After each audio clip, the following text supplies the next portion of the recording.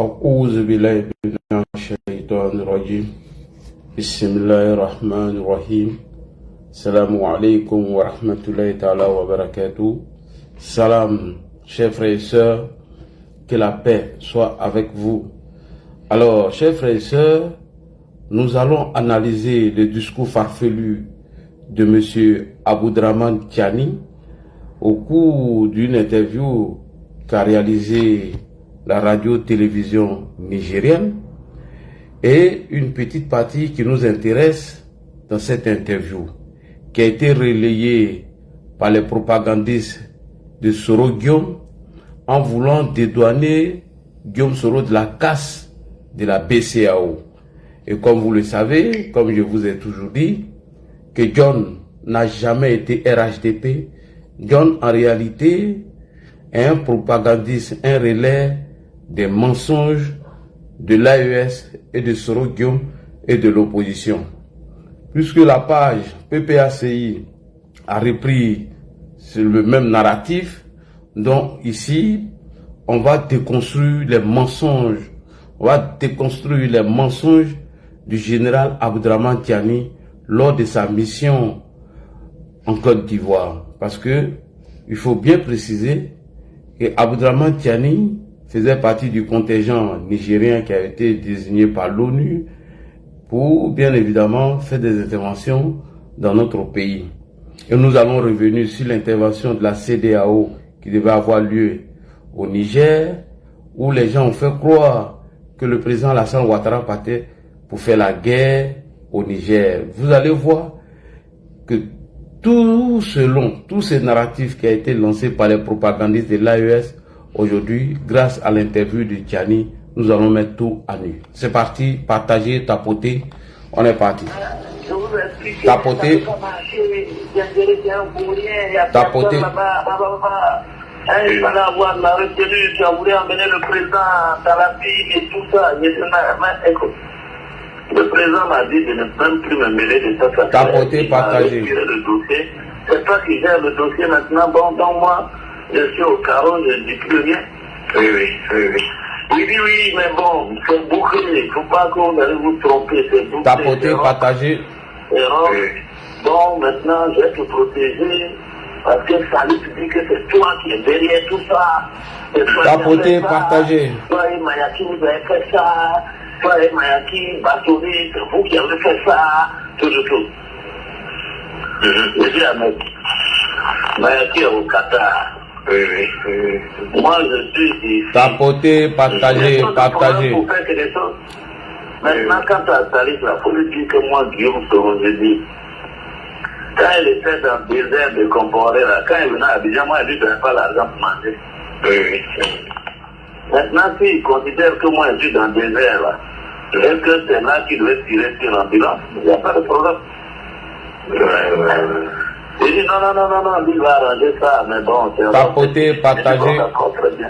Mais bon, Ahmed est vraiment dans cette posture-là. Mon cher, je peux même t'envoyer des mails où il allait chercher Dr Fokam du Cameroun, là.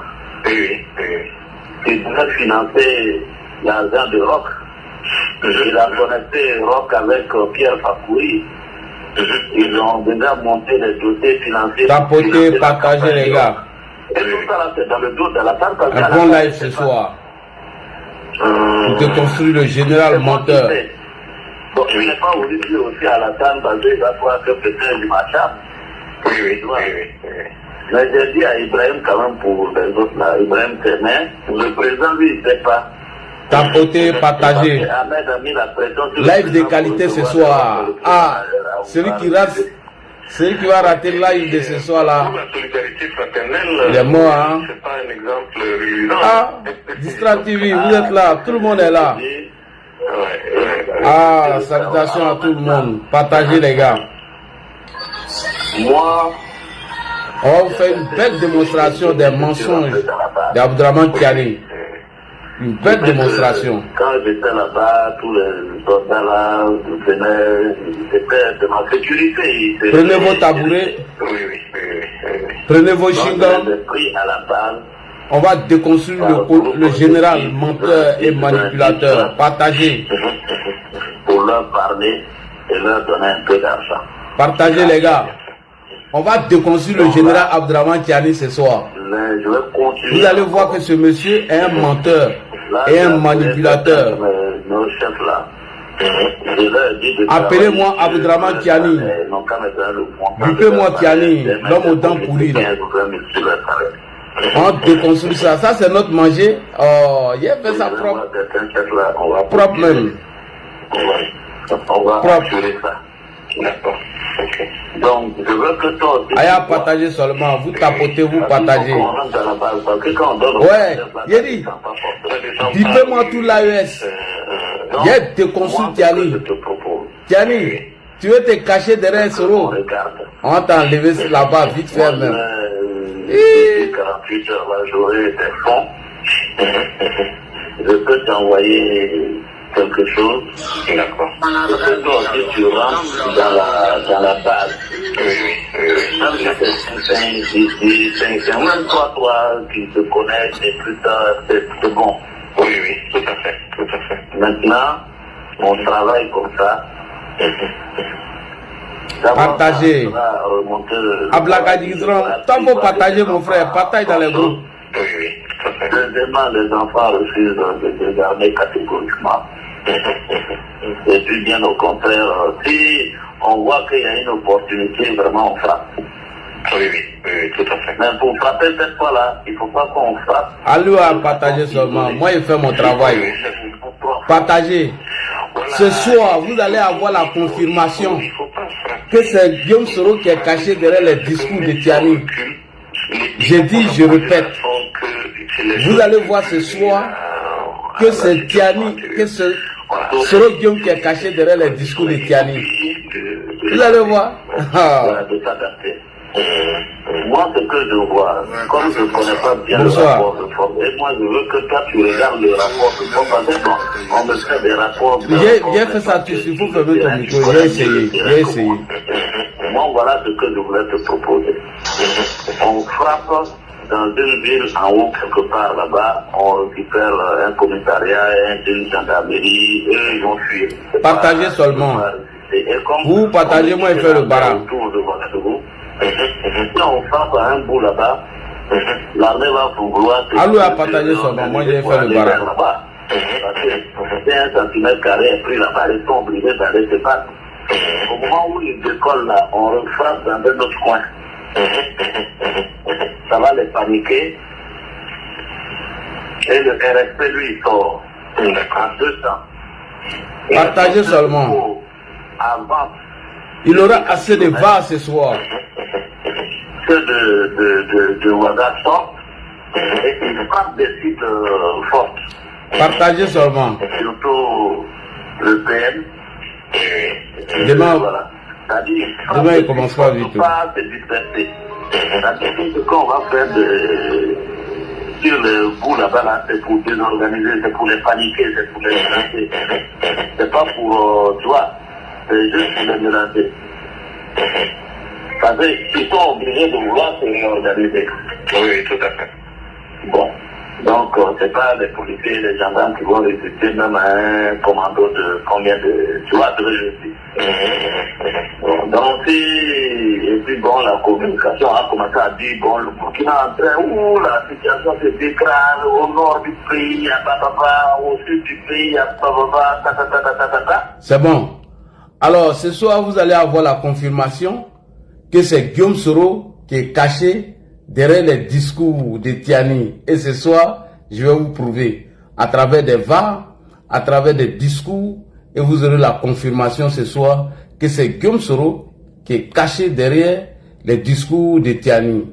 Alors, l'interview de M. Tiani qui a été diffusée sur plusieurs pages PPACI et les relais pro-Soro sur les panels, sans oublier John qui est un propagandiste, un relais de fake news de Guillaume Soro, on a fait le relais de cette information. Alors nous allons revenir sur le sujet ce soir. Donc partagez au maximum, invitez vos amis. Avant de rentrer dans le vif du sujet, je suis en train d'interpréter tout d'abord.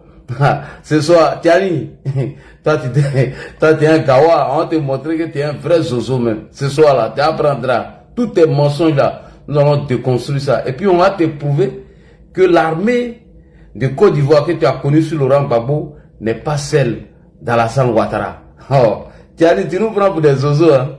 Ok, attendez, tout va charger, ça va se charger. D'abord, ordinateur, mets-toi en marche.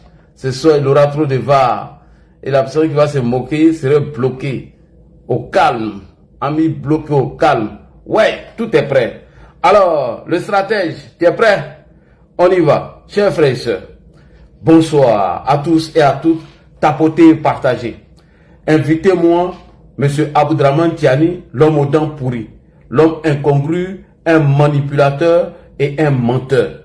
Je dis haut et fort et je répète. Aboudraman Tiani est un menteur.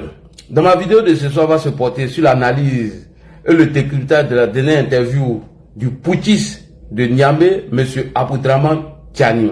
Et cette interview de Tiani est une interview bien arrangée, montée de toutes pièces, parce que l'AES en veut terriblement aux deux pays, la Côte d'Ivoire et le Bénin. Partagez ça au maximum, envoyez ça à nos frères béninois. Les deux pays limitrophes, au pays de l'AES, deux pays qui ont des ports et des équipements portuaires de première classe, tels que le Bénin et la Côte d'Ivoire. Nous savons tous que ces trois pays de l'AES ont tous des commandements de la Russie. Ils sont commandés par la Russie, téléguidés par la Russie, qui rognent sur la Côte d'Ivoire et le Bénin.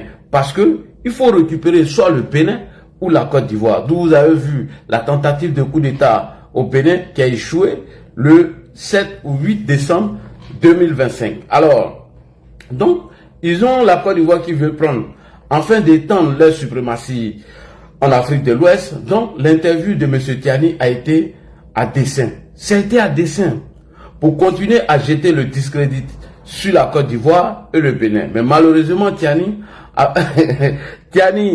après avoir écouté, j'ai trouvé qu'il y avait beaucoup d'incohérences et de mensonges dans le discours de M. Aboudraman Tiani.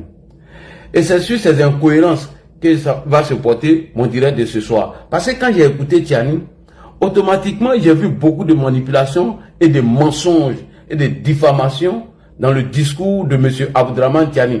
Automatiquement derrière le discours de Tiani, j'ai vu un Guillaume Soro, j'ai vu une manipulation, une incohérence qui ne dit pas son nom et des mensonges, afin de jeter le discrédit sur les autorités ivoiriennes et béninoises. Donc, pour commencer, lors de l'interview, le journaliste a commencé à poser la question à M. Tiani. Monsieur le Président, les populations nigériennes disent que ça fait presque 3 ans que vous êtes au pouvoir au Niger. Et maintenant, vous avez pris la main de toutes les richesses naturelles de notre pays. Mais pourtant, cette population n'est pas contente et cette population, leurs conditions ne sont pas améliorées. Et donc, cette population dit qu'ils ont faim et ça ne va pas. Aboudraman Tiani, Monsieur le Président, quelle appréciation avez-vous de nombreuses revendications de cette population? Alors, chers amis Facebook, vous allez écouter M. Aboudraman Tiani. Vous allez constater que Tiani, vous allez constater qu'à cette question, le général Aboudraman Tiani était très gêné et il était dérangé. Comment on peut mettre un illettré, un analphabète, un idiot à la tête d'une armée ou bien à la tête d'un pays, quelqu'un qui allait prendre en otage Mohamed Bazoum qui était allé aux toilettes. Et donc, ce Aboudraman Tiani, ce vaurien-là, on lui pose la question et il était très gêné. Pour répondre, il est revenu sur le passé du Niger, en rentrant dans toute l'histoire du Niger, en cherchant à justifier son incapacité à répondre à cette question, M. Tiani. Alors, mon commentaire, Tiani, tu as chassé la France. Tu as chassé certains pays sous prétexte que ce sont ces pays qui viennent plier vos richesses. Mais bon, maintenant que tu as repris le contrôle de la richesse naturelle de ton pays, pourquoi les populations nigériennes continuent de souffrir? Voici la question. Tu dis que la France n'est pas bonne. Les États-Unis, l'Occident, c'est eux qui plient les richesses.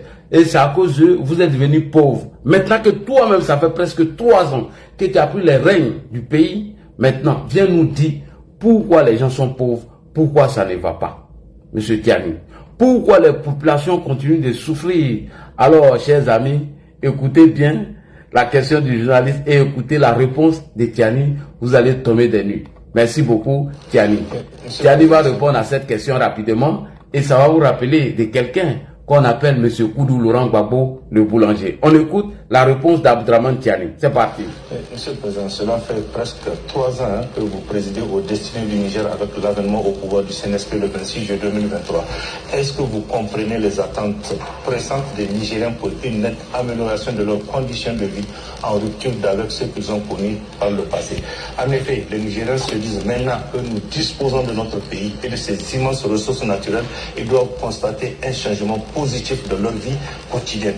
Question, Monsieur le Président, quelle appréciation avez-vous des revendications qui se font jour ces dernières semaines relativement au paiement des salaires, la cherté de la vie et l'absence de liquidité financière suffisante à Niamey et dans le circuit financier national? Amen. Merci. Je me surprends à entendre ce chapelet de questions. Nous connaissons le Niger. Nous connaissons l'histoire du Niger. Qu'elle soit l'histoire au temps du néolithique ou l'histoire plus récente de la colonisation française ou l'histoire encore plus récente de l'occupation française après le 3 août 1960. Alors, voilà, il ne répond pas à la question du journaliste, il allait dans tous les sens en racontant des bêtises et des balivernes. Vous voyez, quand un général a échoué, il faut parler de l'Occident, l'occupation française, des conneries comme ça. Voilà, voici un vaurien qui a fait un coup d'État pour s'installer à la tête du Niger. Il a pris pour alibi les terreaux et la qualité de vie du peuple nigérien. Mais pourtant, presque 3 ans au pouvoir, presque 3 ans, rien n'a changé. Ce vaurien n'a rien changé du tout. Presque 3 ans, Abdraman Tiani n'a rien changé dans le quotidien des Nigériens.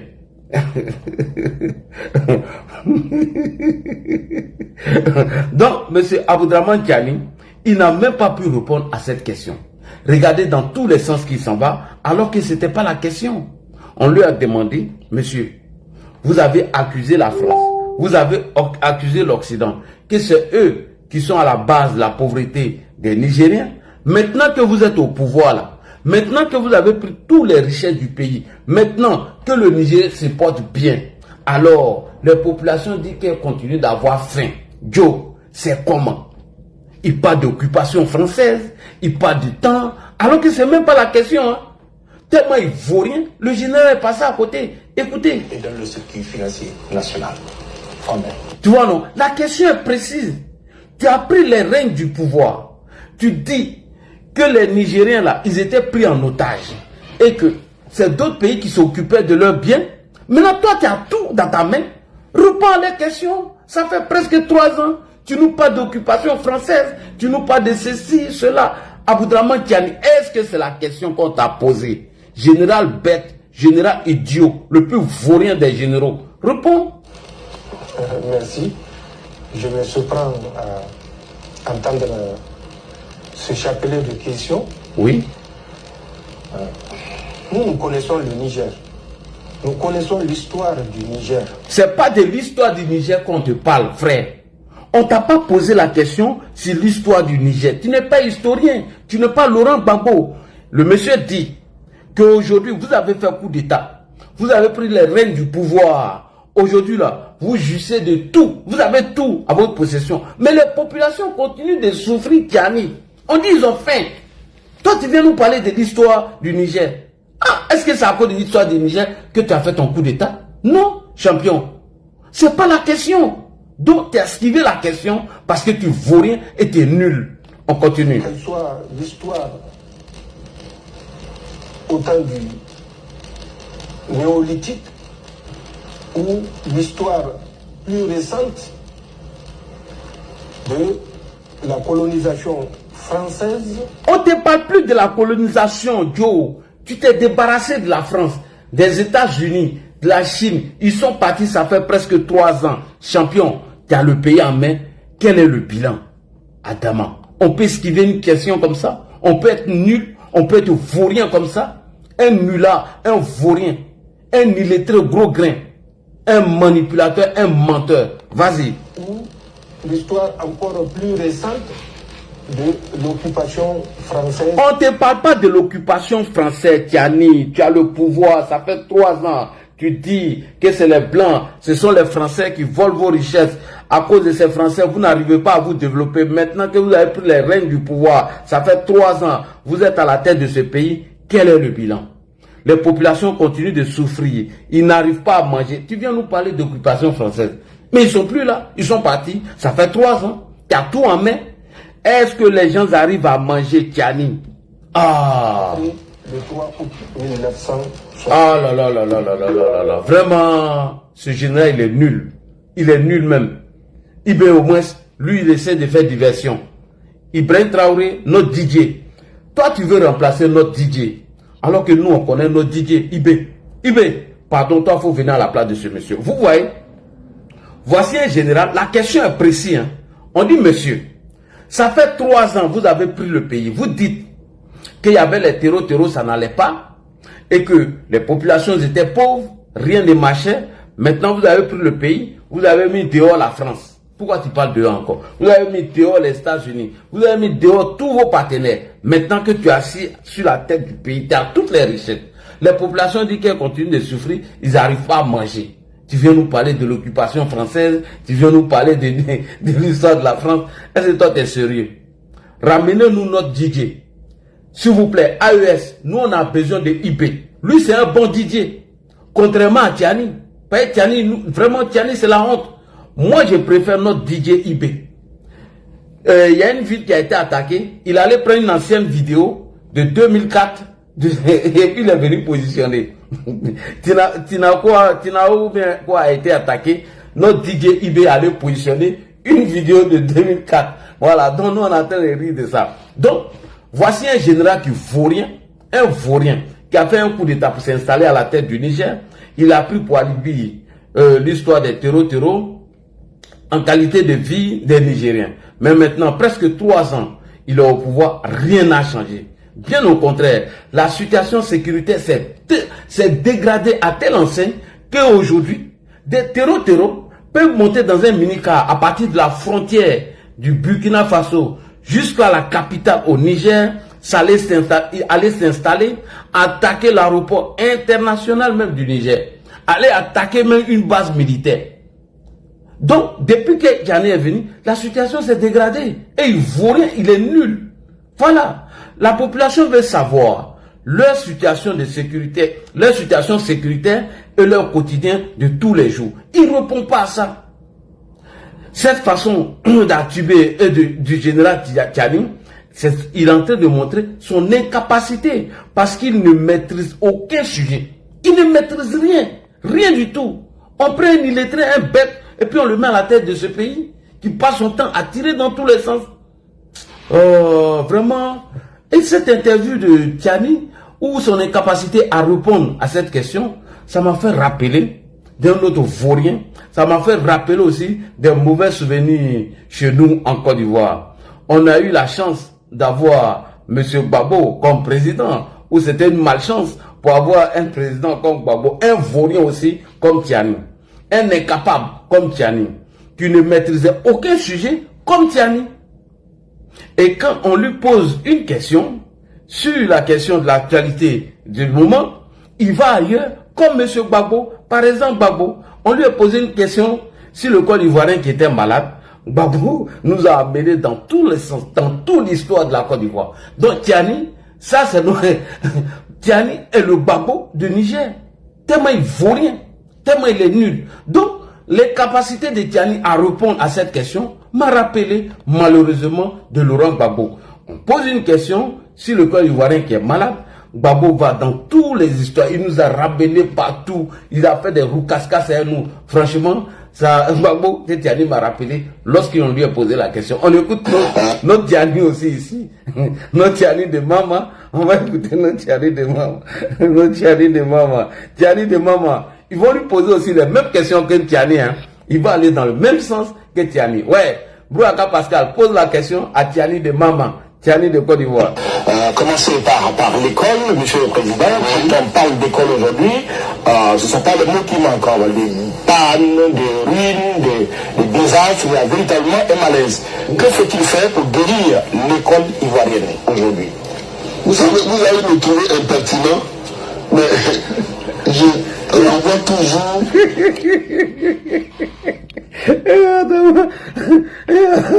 On me pose question. Alors, Tiani de Côte d'Ivoire. Donc, voici deux fourriens, deux incapables. C'est-à-dire, Gbagbo, on t'a posé question comme Tiani, hein. J'ai dit Gbagbo et Tiani de Côte d'Ivoire. Vous voyez, la question a été précise, hein. On dit à Tiani, ça fait 3 ans que tu es à l'érène du pouvoir. Ça fait 3 ans que tu es là. Les populations disent qu'elles continuent de souffrir, ils n'ont pas à manger. Tiani nous a envoyé dans toute l'histoire. Maintenant, ça va faire rappeler des Tiani de Côte d'Ivoire. On lui pose question, on dit le Côte d'Ivoirien est là. Il va dans tous les sens. C'est-à-dire qu'il va venir nous raconter la même chose. Tiani de Côte d'Ivoire. Désormais appelé Gbagbo Tiani de Côte d'Ivoire. Bon, on écoute notre Tiani. Tiani de Côte d'Ivoire, vas-y. Commencer par l'école, monsieur le président. Quand on parle d'école aujourd'hui, c'est pas le mot qui manque. Des pannes, des ruines, des désastres. Il y a véritablement un malaise. Que faut-il faire pour guérir l'école ivoirienne? Comme la question du journaliste Tiani, aujourd'hui, vous avez le pouvoir. Ça fait 3 ans que vous êtes là. La population qui continue de souffrir. Quelle est la solution pour guérir la population? Maintenant, lui, Tiani de Côte d'Ivoire dit, monsieur Gbagbo, on dit qu'il faut faire quoi pour soigner l'école ivoirienne? Écoutez la réponse de notre Tiani. C'est parti. Vous savez, vous allez me trouver impertinent, mais je renvoie toujours ceux qui ont le verbe à faire à leur passé. Je vous ai apporté une copie d'un journal officiel. Nous ne disons pas que ça date de votre... Non, mais justement. Parce que je ne suis pas le seul en course pour la présidence. Nous sommes nombreux. Et beaucoup, je ne parle pas seulement de 3 qu'on voit, mais il y en a d'autres qui sont en dessous, qui ont occupé des responsabilités dans l'éducation. Et on se connaît. Le 18 août 1977, Houphouët-Boigny a été obligé de prendre un décret de 72 articles pour réformer l'école. Gbagbo, on dit l'école est malade. On ne te parle pas d'Houphouët, on ne te parle pas de l'histoire d'Houphouët. Tu as la tête du pays, tu as bavardé, tu as pris les règles du pouvoir. On dit l'école est malade sur ta gouvernance. Quelle est la réponse? Ah, tu vas dans tous les sens. Houphouët-Boigny a été obligé de prendre un décret de 72 articles pour réformer l'école. L'école était déjà malade. Nous ne datons pas les difficultés de l'école. Bon, que faut-il faire? Il est important que tous les Ivoiriens comprennent cela. Parce qu'il y en a qui parlent comme si ça datait d'hier. Mais ils étaient au gouvernement quand il y a eu l'école, l'enseignement télévisuel, et qui a produit des effets catastrophiques. Donc, voici notre Tiani qui est là. On dit Gbagbo, qu'est-ce qu'il faut faire pour guérir l'école ivoirienne? Il allait dans tous les sens. On n'a rien compris. Mais Gbagbo, faut te taire. Pareil comme Tiani. Voici 2 vauriens qu'ils ont mis à la tête du Niger, qu'ils ont mis au pouvoir au Niger après un coup d'État, mais qui n'arrivent même pas à répondre aux questions qu'on lui pose, qui n'arrivent même pas à répondre aux besoins de la population. Donc, toute leur stratégie, c'est d'accuser les gens. Et plus loin dans l'interview, plus loin dans son interview, Abdraman Tiani, dans sa manipulation, a accusé le président béninois de vouloir déstabiliser le Niger pour montrer au président Patrice Talon qu'il maîtrise bien le Bénin. Abdraman Tiani a dit qu'il y a des armées françaises au Bénin et qu'il y a même cité de nombre d'avions et d'unités de l'armée française. Pour montrer que lui maîtrise le Bénin là, il a commencé à dire qu'il y a l'armée française là-bas et que l'unité de trucs au Bénin, il a commencé à tout citer le nombre d'avions, tout. Ah, Abdraman Tiani. Bon, on va l'écouter quand même. Le Gbagbo du Niger. Abdraman Tiani est le Gbagbo du Niger. Donc, il a commencé à accuser le monsieur pour montrer que lui maîtrise bien le Bénin. Il dit qu'il y a l'armée française là-bas. Il a même cité le nombre d'avions qui est là-bas. Il a cité même l'unité de l'armée française qui est au Bénin. On écoute Tiani. C'est parti. Je dis une dernière fois à Patrice Talon, nous savons le degré d'implication, de complicité qu'il a pour nous déstabiliser. Mais ce faisant, il ne fera du mal qu'à son propre peuple. Les Français disent qu'ils ont des instructeurs. Je vais vous dire le matériel de transport que les Français ont au Bénin. Ils ont 13 avions de transport stratégique, de transport tactique, de reconnaissance, de guerre électronique, de poste de commandement.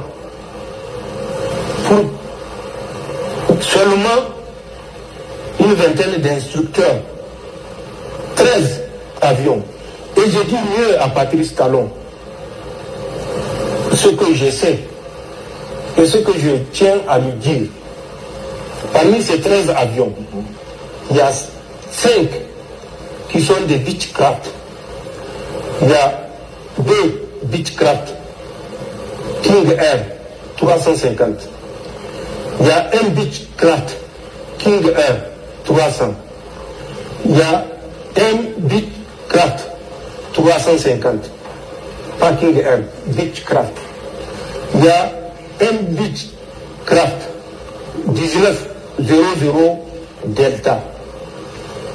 En plus de ces 5 Beechcraft qui font de la surveillance, qui font de la guerre électronique, qui font de l'écoute, qui font du transport moyen, une quarantaine de passagers, qui font office de PC de commandement aérien. Ils ont 3 à 330. 3. Ok. Chers frères et sœurs, vous serez surpris. Lui là, il a accusé le général, le président Patrice Talon, non. Mais est-ce que ce monsieur-là, il n'est pas malade? Ce monsieur-là, Abdraman Tiani, il est malade. J'ai dit, je répète, c'est pas une insulte, hein. Chers habitants des AES, lui là, arrêtez de le faire passer à la télé, hein. Sinon, un jour, ils vont le traiter de fou. Je sais de quoi je parle. Abdraman Tiani est malade, sa tête là, ça va pas. Vous voyez, dans son interview, il a accusé le président Patrice Talon. Cher public de YouTube, Facebook, TikTok, est-ce que vous savez que le général Tiani, qui a accusé le Bénin et son président Patrice Talon de vouloir le déstabiliser ou déstabiliser le Niger, il a sollicité M. Patrice Talon le 15 février 2026. C'est-à-dire, au lendemain de ces accusations-là, de son interview, au lendemain de son interview, là, c'est-à-dire le 15, là, de son interview, où il accuse le président Patrice Talon, il a demandé au président Patrice Talon de bien vouloir mettre une escorte militaire béninois pour escorter un convoi d'équipement militaire qui doit transiter ou qui doit transiter par le Bénin jusqu'au Niger. Est-ce que lui, est-ce qu'il est bien portant? C'est-à-dire, j'accuse Fasco d'être à la base de mon malheur. Et je vais voir mon féticheur. Je dis, mais donne mon médicament à Fasco pour venir me donner. Est-ce que vous comprenez quelque chose même? J'accuse Fasco. Je dis, Fasco, c'est toi qui es à la base de tous les malheurs de l'Adji Chérif. Je dis, tu m'aimes pas. Tu allais voir des sorciers pour me dire. Et soudain, brusquement, je vais voir mon marabout, je dis, bon, écoute, face quoi que j'ai accusé là, qui veut me dire là, donne-lui le médicament, il va venir me donner, je vais me soigner. Est-ce que dans la tête de ce monsieur-là, ça va? C'est-à-dire, il accuse le président Patrice Talon le jour de son interview, et le lendemain de ses accusations, il demande au président Patrice Talon d'escorter un convoi militaire qui doit envoyer des équipements militaires dans son pays. Il appelle le gars le lendemain. C'est quoi vous le voyez aux choses, comme on appelle. En Algérie, là, ce monsieur dent pourri est dangereux pour lui-même. Comment tu peux accuser quelqu'un de vouloir déstabiliser le Niger et tu vas demander au monsieur de bien vouloir mettre une escorte militaire béninoise pour escorter un convoi d'équipements militaires qui doit transiter par le Bénin jusqu'au Niger. Est-ce que vous savez, est-ce que vous avez compris même? Est-ce que vous avez compris ce qui se passe même? Si vous n'avez pas bien compris, je reprends encore. Lors des attaques de l'aéroport du Niger, le général Tiani a accusé le Bénin, la Côte d'Ivoire. Quelques jours plus tard, c'est-à-dire avant le 14 février hier, il a été interviewé par un journaliste. Il a réitéré encore ses accusations contre le président Patrice Talon. Et au lendemain de cette interview, c'est-à-dire le 15 février, le général Tiani apprend que son équipement militaire qu'il attendait doit transiter par le Bénin. Il fait tout un interview, il accuse le monsieur et il apprend que c'est son équipement militaire qui doit arriver là, doit transiter par le Bénin.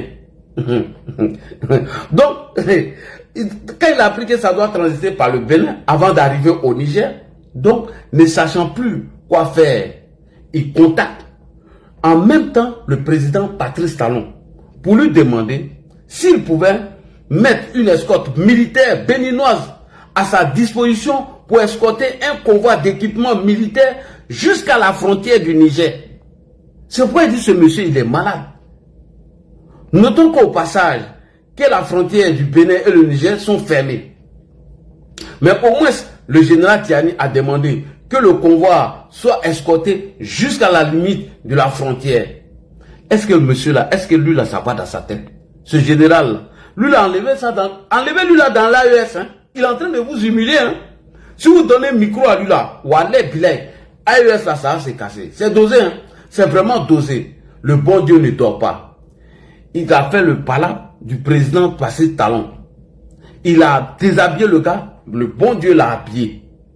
Alors ma question au général Tiani, n'est-ce pas le même Patrice Talon qui a voulu accuser de vouloir déstabiliser le Niger?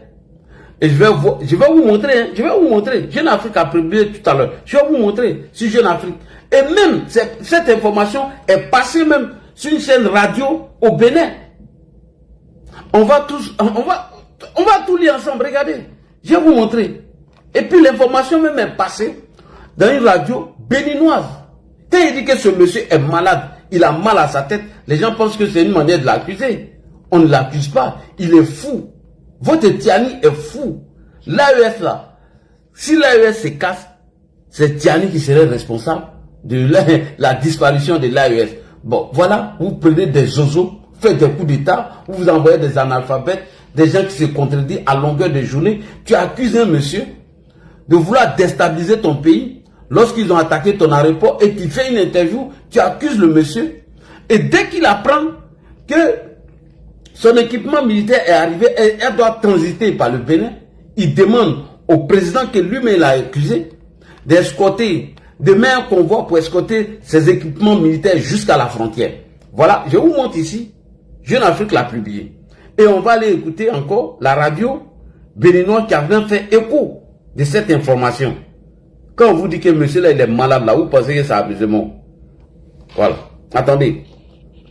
Je vais bien placer mes téléphones. Bien placer mes téléphones. Voilà. Bien. TikTok. Attendez. Voilà. J'ai fait lecture. TikTok. Prenez les dents pourries là pour nous envoyer toujours. Niger-Bénin. Quand Abdourahmane Tiani demande une escorte militaire à Patrice Talon, alors que les relations entre les deux pays sont plus tendues que jamais.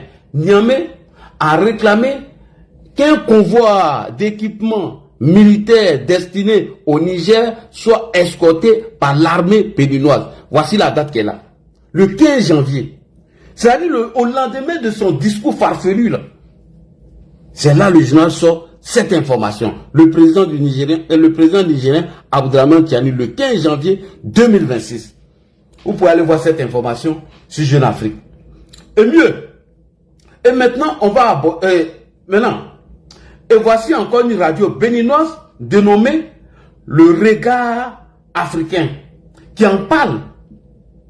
Une radio béninoise qu'on appelle Le Regard Africain fait l'écho de cette information. Mais est-ce que Tiani, il est normal? Tiani, est-ce que toi tu nous connais? C'est nous, on déconstruit les sorotis, on les déconstruit jusqu'à ils ont peur de faire débat. Yuka Soloba de quelqu'un pleure. Il dit, ouais, je vous demande de ne plus laisser parler de RHDP, d'aller faire débat. Soloba, on te répond. Et quand on te répond là, c'est pas toi, hein? Non, hein? C'est la personne qui est cachée derrière toi là. C'est lui, on répond. Donc je t'ai vu pleurnicher tout à l'heure. J'ai enregistré même. Sur le bas de quelqu'un qui pleure. Ah bon? Que ouais, vous pouvez attaquer le président. Non, hein? Toi-même, le relais des fake news de Soro Guillaume, on t'allume. Et puis on allume Soro. À Magnan, il n'y a pas pitié dedans, sur le bas. Faut pas pleurer. Donc Tiani, il est fou. Tiani, il n'est pas normal. Il est malade. Je vous le dis. Et donc, Tiani accuse Patrice Talon de vouloir le déstabiliser. Et en même temps, le même Tiani demande un service à Patrice Talon, sachant bel et bien que les équipements militaires qu'il a commandés devaient transiter par le Bénin. Est-ce que ce monsieur-là, il n'est pas fou? Allons-y écouter maintenant la radio béninoise qu'on appelle Le Regard Africain, qui en parle. Je vous donne l'information, vous pouvez aller regarder encore ces chaînes béninoises. Attendez, on va écouter tout à l'heure. C'est parti. Top, c'est parti. On va l'allumer. Tapotez et partagez, les gars. Ils sont là, les gens de l'AES. Ils sont là, tapotez. Tapotez, n'ayez pas peur. Tapotez. Alors que la situation sécuritaire au Niger connaît une dégradation préoccupante, marquée récemment par une attaque spectaculaire visant l'aéroport de Niamey et attribuée à l'État islamique au Sahel, un événement... Ça, c'est la radio béninoise qu'on appelle Le Regard Africain. On écoute. Aux allures de paradoxe diplomatique et stratégique, est venu relancer le débat sur la cohérence du discours et des actes du chef de la junte nigérienne, le général Abdourahmane Tiani, celui qui, depuis son accession au pouvoir par la force, n'a cessé de multiplier les accusations contre certains pays voisins, en particulier le Bénin, se retrouve aujourd'hui au cœur d'une controverse qui interroge aussi bien les analystes que l'opinion publique régionale.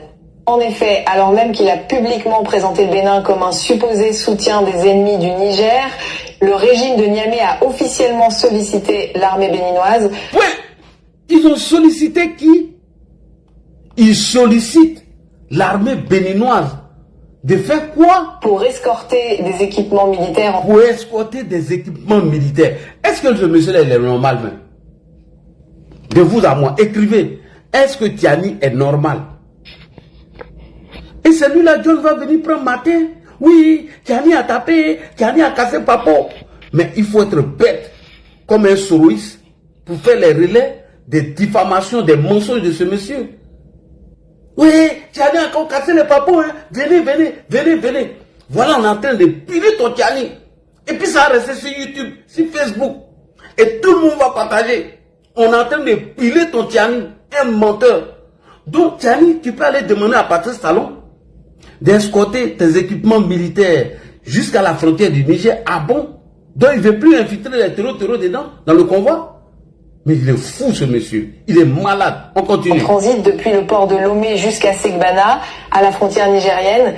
Cette décision, lourde de symboles, soulève de nombreuses interrogations. Comment comprendre qu'un pouvoir qui a bâti une partie de sa rhétorique sur la dénonciation virulente de certains voisins puisse dans le même temps leur confier la sécurisation d'un convoi stratégique composé de matériel militaire? Oui, comment quelqu'un qui passe son temps à accuser des pays d'être à la base de la déstabilisation de son pays peut confier le convoi des équipements militaires qui doit aller chez lui? Ah, adamant, on peut être aussi incohérent comme ça? On peut être vaurien comme ça? Et c'est ça là, les relais, les propagandistes pro-Soro, tels que les John. Oui, il a cassé, et il a cassé les dalles. Est-ce que toi-même tu écoutes ça? Ah bon? Donc, Patrice Talon n'est plus terreau. Patrice Talon n'héberge plus les terreau. Patrice Talon n'a pas envoyé des mercenaires chez toi. Quand tu savais que tes équipements doivent transiter par le Bénin, et tu lui demandes au monsieur d'escorter tes équipements jusqu'à la frontière de ton pays. Soignez ce monsieur. J'ai dit ça à Oussa. Mon billet, tous les billets qui sont à Côte d'Ivoire, à Boudreman Tiani, Bérébéré là, et les poutaises, et les Bérébéré poutaises, mais son tête là, elle ne s'en va pas. Il faut mettre Maïna Manzo, faut mettre Maïna Manzo dans sa tête. Bérébéré là, et tête là, ça va pas. Et les poutaises, mais poutaises, à Boudreman Tiani, c'est un Maïna Manzo. On écoute. C'est parti. Comment expliquer qu'un pays présenté comme hostile, voire complice de mercenaires selon certaines déclarations passées, soit jugé suffisamment fiable pour garantir l'intégrité d'équipements destinés à renforcer la capacité opérationnelle de l'armée nigérienne? Comment des gens que tu accuses pour dire qu'ils ont recruté des mercenaires pour attaquer ton pays, comment toi, Tiani, tu peux demander à ces gens-là d'escorter toi tes équipements militaires? Ah, Tiani. À travers cet épisode, c'est toute la logique politique et diplomatique du régime de Niamey qui se retrouve questionnée. Depuis le renversement du président élu Mohamed Bazoum, le pouvoir militaire nigérien a adopté un discours souverainiste très marqué, dénonçant ce qu'il considère comme des ingérences extérieures et accusant certains partenaires traditionnels de chercher à déstabiliser le pays. Dans cette rhétorique, le Bénin a été explicitement cité à plusieurs reprises. Des propos d'une rare virulence ont été tenus, laissant entendre que Cotonou servirait de base arrière à des forces hostiles au régime issu du coup d'État. Ces accusations ont profondément affecté les relations bilatérales, déjà fragilisées par la fermeture des frontières et par le gel de certaines coopérations. Pourtant, dans les faits, le Niger reste un pays enclavé, dépendant structurellement des corridors portuaires de ses voisins pour ses importations stratégiques, qu'il s'agisse de produits de première nécessité, de carburant ou d'équipements militaires. Le port de Cotonou a longtemps constitué l'une des principales portes d'entrée du commerce nigérien. La décision de boycotter ou de marginaliser ce corridor s'inscrivait dans une posture politique visant à affirmer une rupture avec certains partenaires. Or, la réalité géographique et logistique impose des contraintes que la rhétorique ne peut effacer. Le choix de faire transiter du matériel militaire via Lomé, puis de solliciter l'escorte béninoise jusqu'à Segbana, semble ainsi traduire une reconnaissance implicite de la fiabilité du corridor béninois en matière de sécurité. Si l'itinéraire passant par d'autres pays de la région avait offert des garanties supérieures, il aurait probablement été privilégié. Le fait que Niamey ait estimé nécessaire de recourir à l'armée béninoise pour protéger son convoi suggère que malgré les tensions politiques, le Bénin demeure un acteur clé en matière de stabilité régionale et de sécurisation des axes stratégiques. Cette situation met en lumière un contraste frappant entre le discours officiel et les actes posés. D'un côté, une communication offensive, accusatrice, parfois même belliqueuse. De l'autre, une démarche pragmatique qui reconnaît de facto l'importance du voisin ONI. Pour nombre d'observateurs, cette dualité traduit les limites d'une politique fondée davantage sur la posture que sur une stratégie cohérente à long terme. Ok. Donc, vous voyez, voici l'incohérence. Voilà. Et puis, c'était escorté même, hein. Attends. Voilà. Et Allah. Bénin. Le marchand qui sécurise les matériels militaires Niger cherche l'erreur. On va revenir sur ça. Attendez, je suis trop concentré. On va revenir sur ça. Vous voyez l'incohérence de ce monsieur-là? Hein? Comment moi il peut dire à Fasco que Fasco, tu es mon jasser, tu es mon sorcier. Et en même temps, je dis à mon féticheur, si tu as envoyé mon médicament là, il faut donner ça à Fasco. Est-ce que moi je suis normal en disant ça? Hein, Fasco, même si tu as pris balle perdue, c'est rien. C'est un exemple en train de montrer ici. Alors, on va aller maintenant en Côte d'Ivoire. C'est là que ça devient intéressant. Dites aux Sogotiques de venir. Que maintenant là, il y a déconstruit tous leurs arguments. Voilà, on va aller en Côte d'Ivoire. Maintenant, on va aborder le sujet sur la Côte d'Ivoire. Ah oui, oui, on va aborder ça sur la Côte d'Ivoire, évoqué par le général Tiani lors de son interview. Tiani a commencé son interview en disant qu'il est arrivé en Côte d'Ivoire en avril 2004. Mes amis, Facebook, YouTube, TikTok, je répète encore, Tiani dit qu'il est arrivé en avril 2004. Retenez bien cette date. Elle serait très importante pour la suite de mon direct. Tiani dit qu'il est arrivé en avril 2004, en Côte d'Ivoire.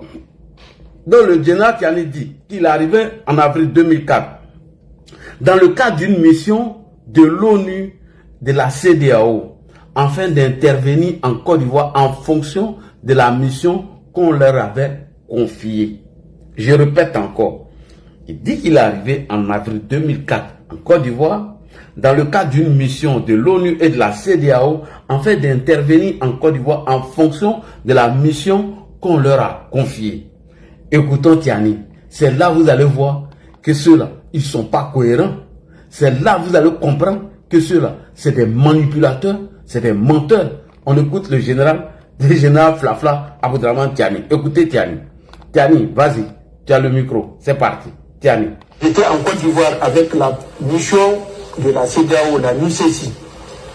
J'étais en Côte d'Ivoire avec la mission des Nations Unies le 4 avril 2004. Je suis le premier commandant de bataillon nigérien qui a conduit les troupes nigériennes. Quand j'étais là-bas dans le cadre de la MICESI de la CEDEAO, le PC était à Zimbabwe. C'est à côté de Yamoussoukro, à quelques kilomètres de Yamoussoukro. Quand j'étais passé aux Nations Unies, j'avais mon bataillon qui est déployé dans le centre. J'avais mon PC à Pricro. J'avais des éléments à Fagnon-Pro. J'avais des éléments à Adiapicro, voisins de Bonguera. Ils savent ce que c'est Bonguera. J'avais mon PC à Pricro dans un premier temps. Ensuite, à Daoukro dans un deuxième temps. J'étais en Côte d'Ivoire avec... Ok.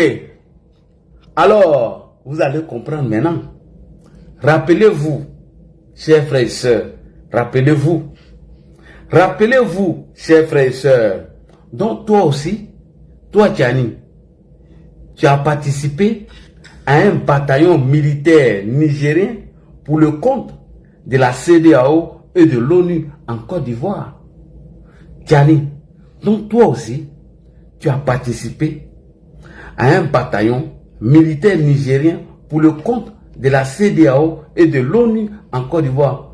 Mais alors pourquoi toi Tiani, quand la Côte d'Ivoire devrait envoyer un bataillon militaire au Nigérien pour te déloger, tu as fait croire que le président Alassane Ouattara et la Côte d'Ivoire voulaient engager la guerre contre toi?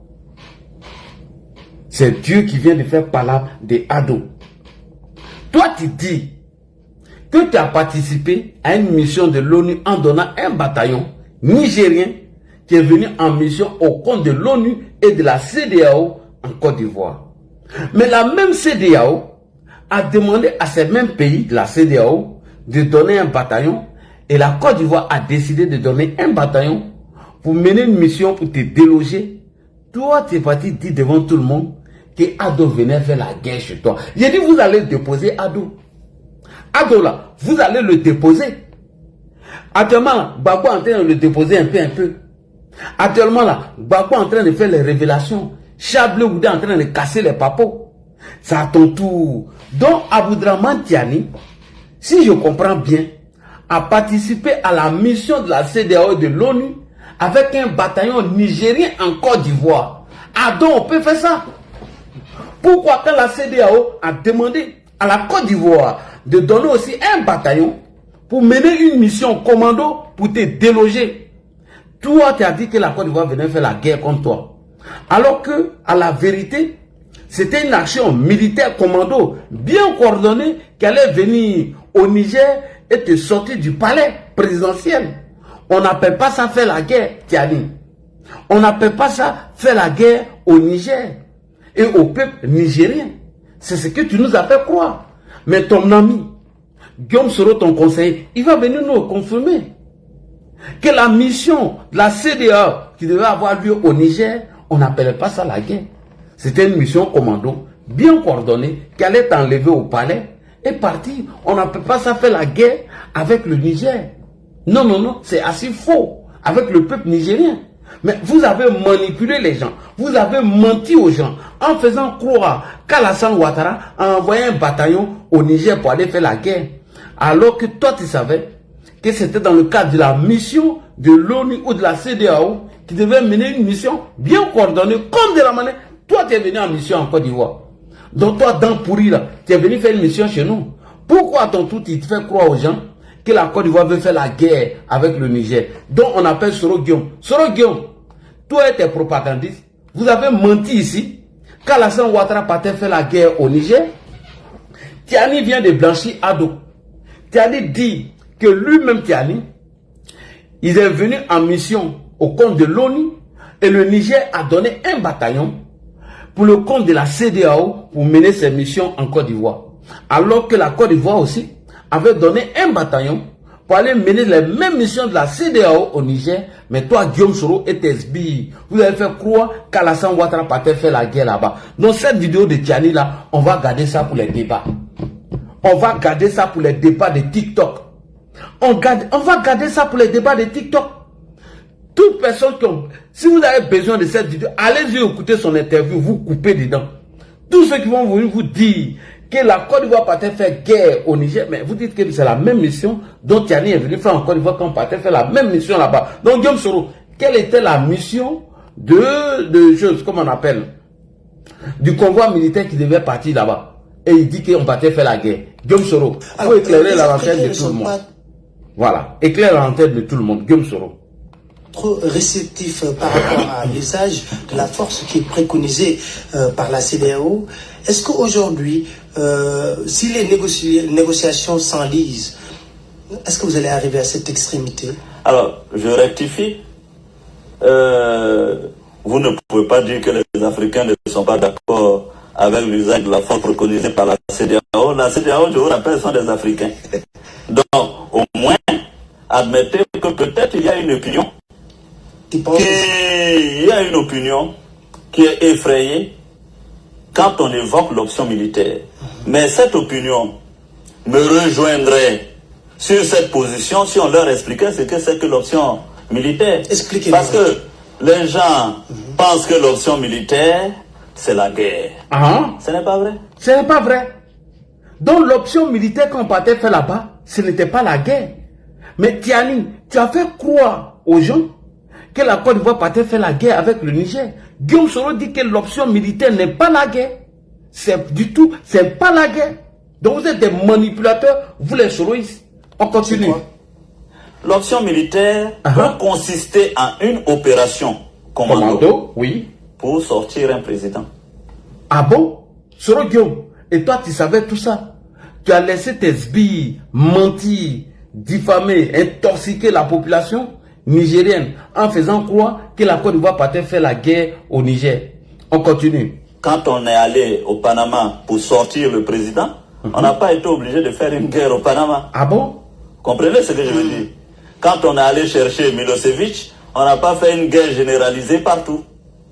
Comprenez? Donc, on peut monter une opération ciblée sur M. Gbagbo et sa garde républicaine.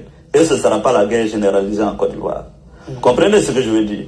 Donc, j'ai bien vu que partout où je suis passé, quand j'ai expliqué à mes interlocuteurs ce qu'était l'option militaire et la guerre, j'ai vu qu'ils ont tout de suite ravisé leur position et nous ont soutenus. Donc, ce que je vais expliquer, oui, Gbagbo a intérêt à dire au monde entier, ah oui, si c'est l'option militaire, ça veut dire que c'est la guerre. Non, ce n'est pas la guerre. Ce n'est pas la Une guerre. option militaire bien ciblée viendra à Abidjan, irait chercher Gbagbo tranquillement chez lui à la maison, le mettrait sur un bateau et puis on le sortirait.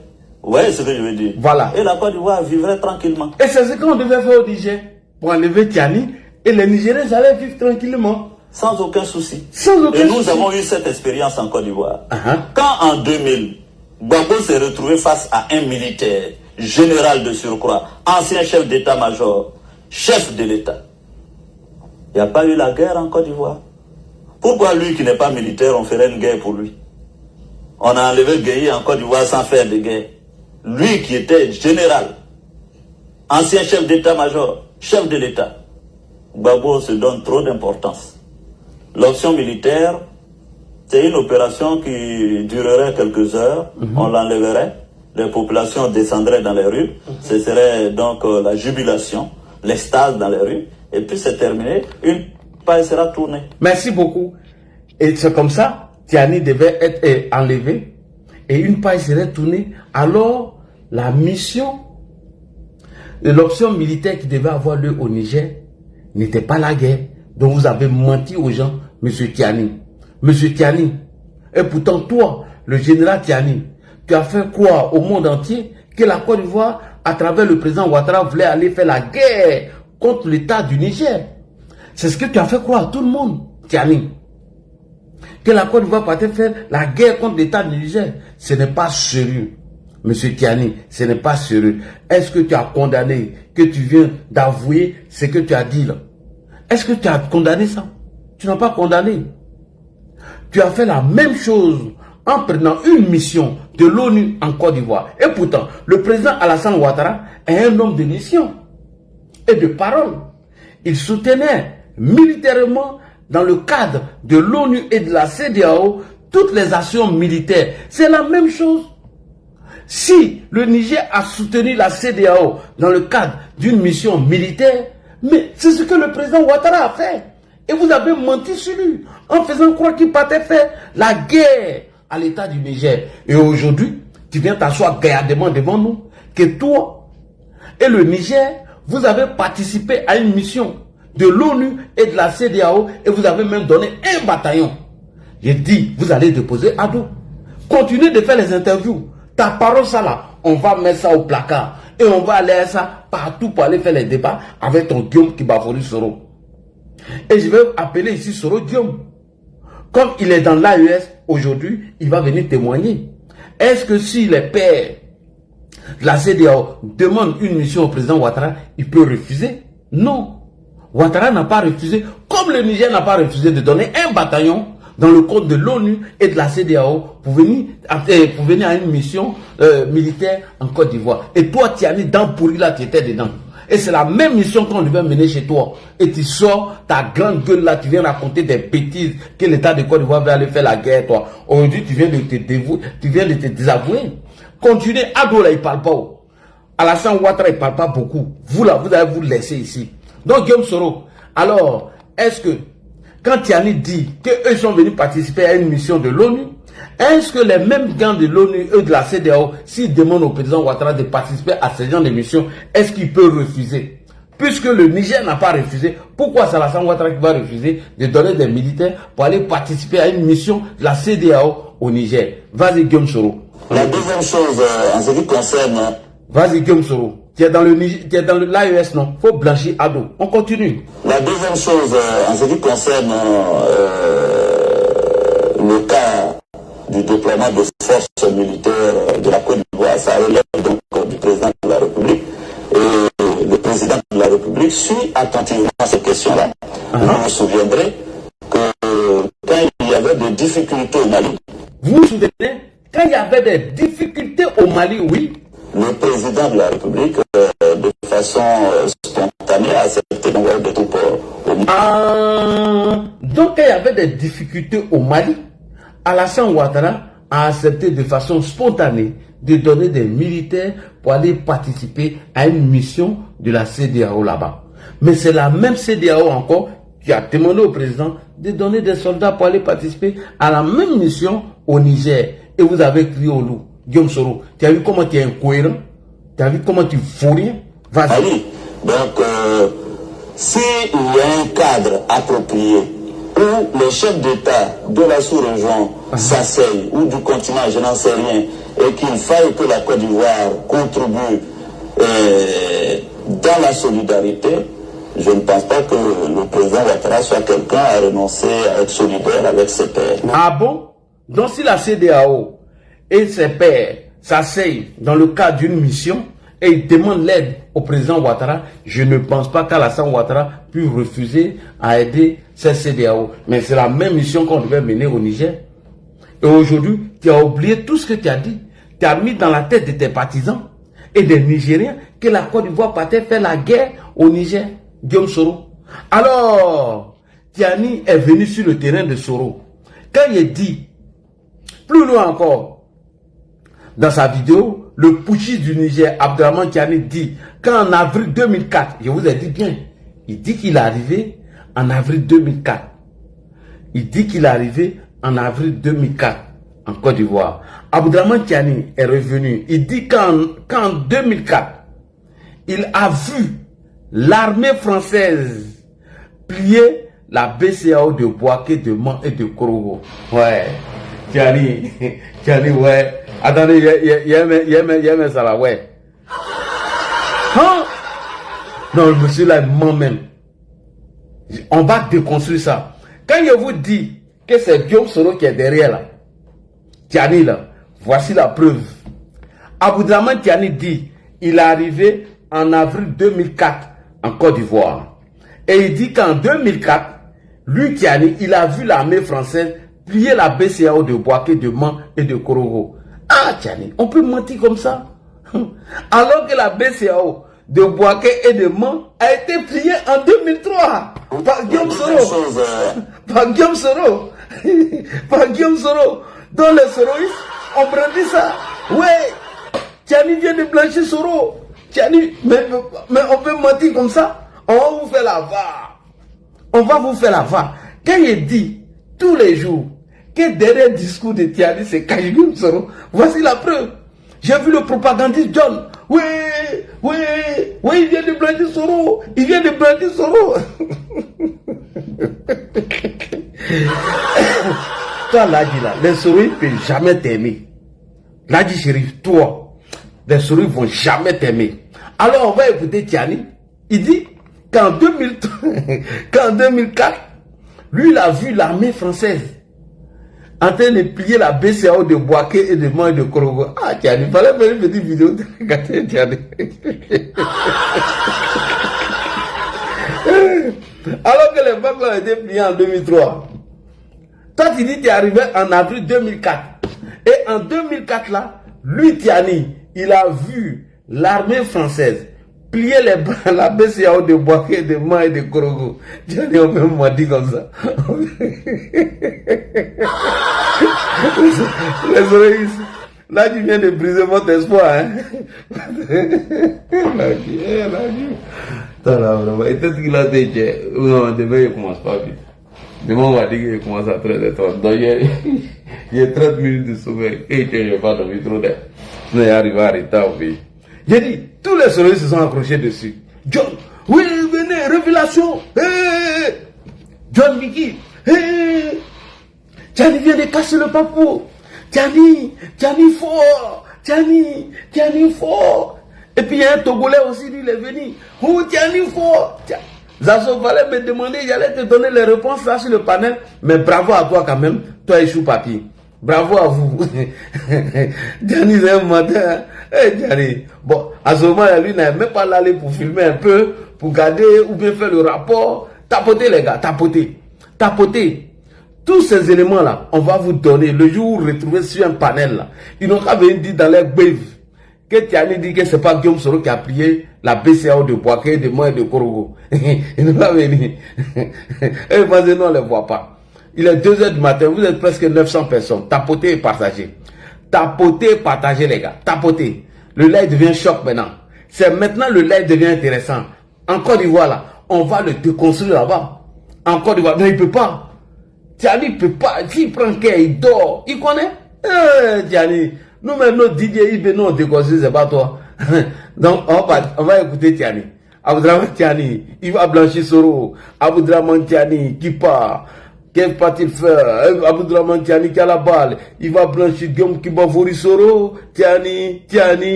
Côte d'Ivoire.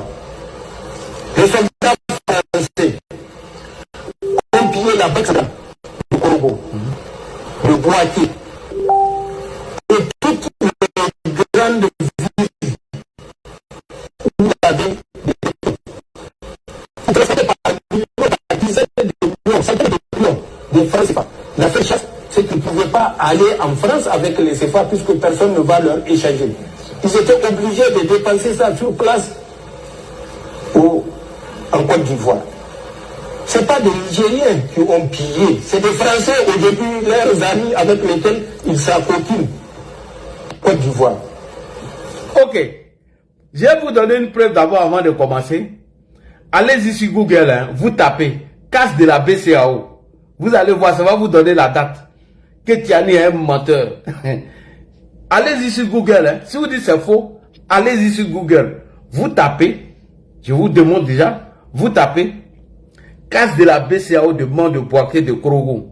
C'est le 24 septembre 2003. Tiani,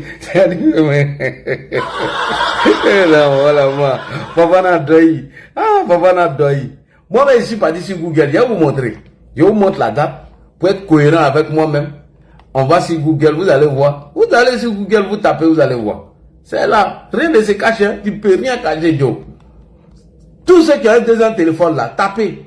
Casse de la BCAO, Boaké, Man et Korogo.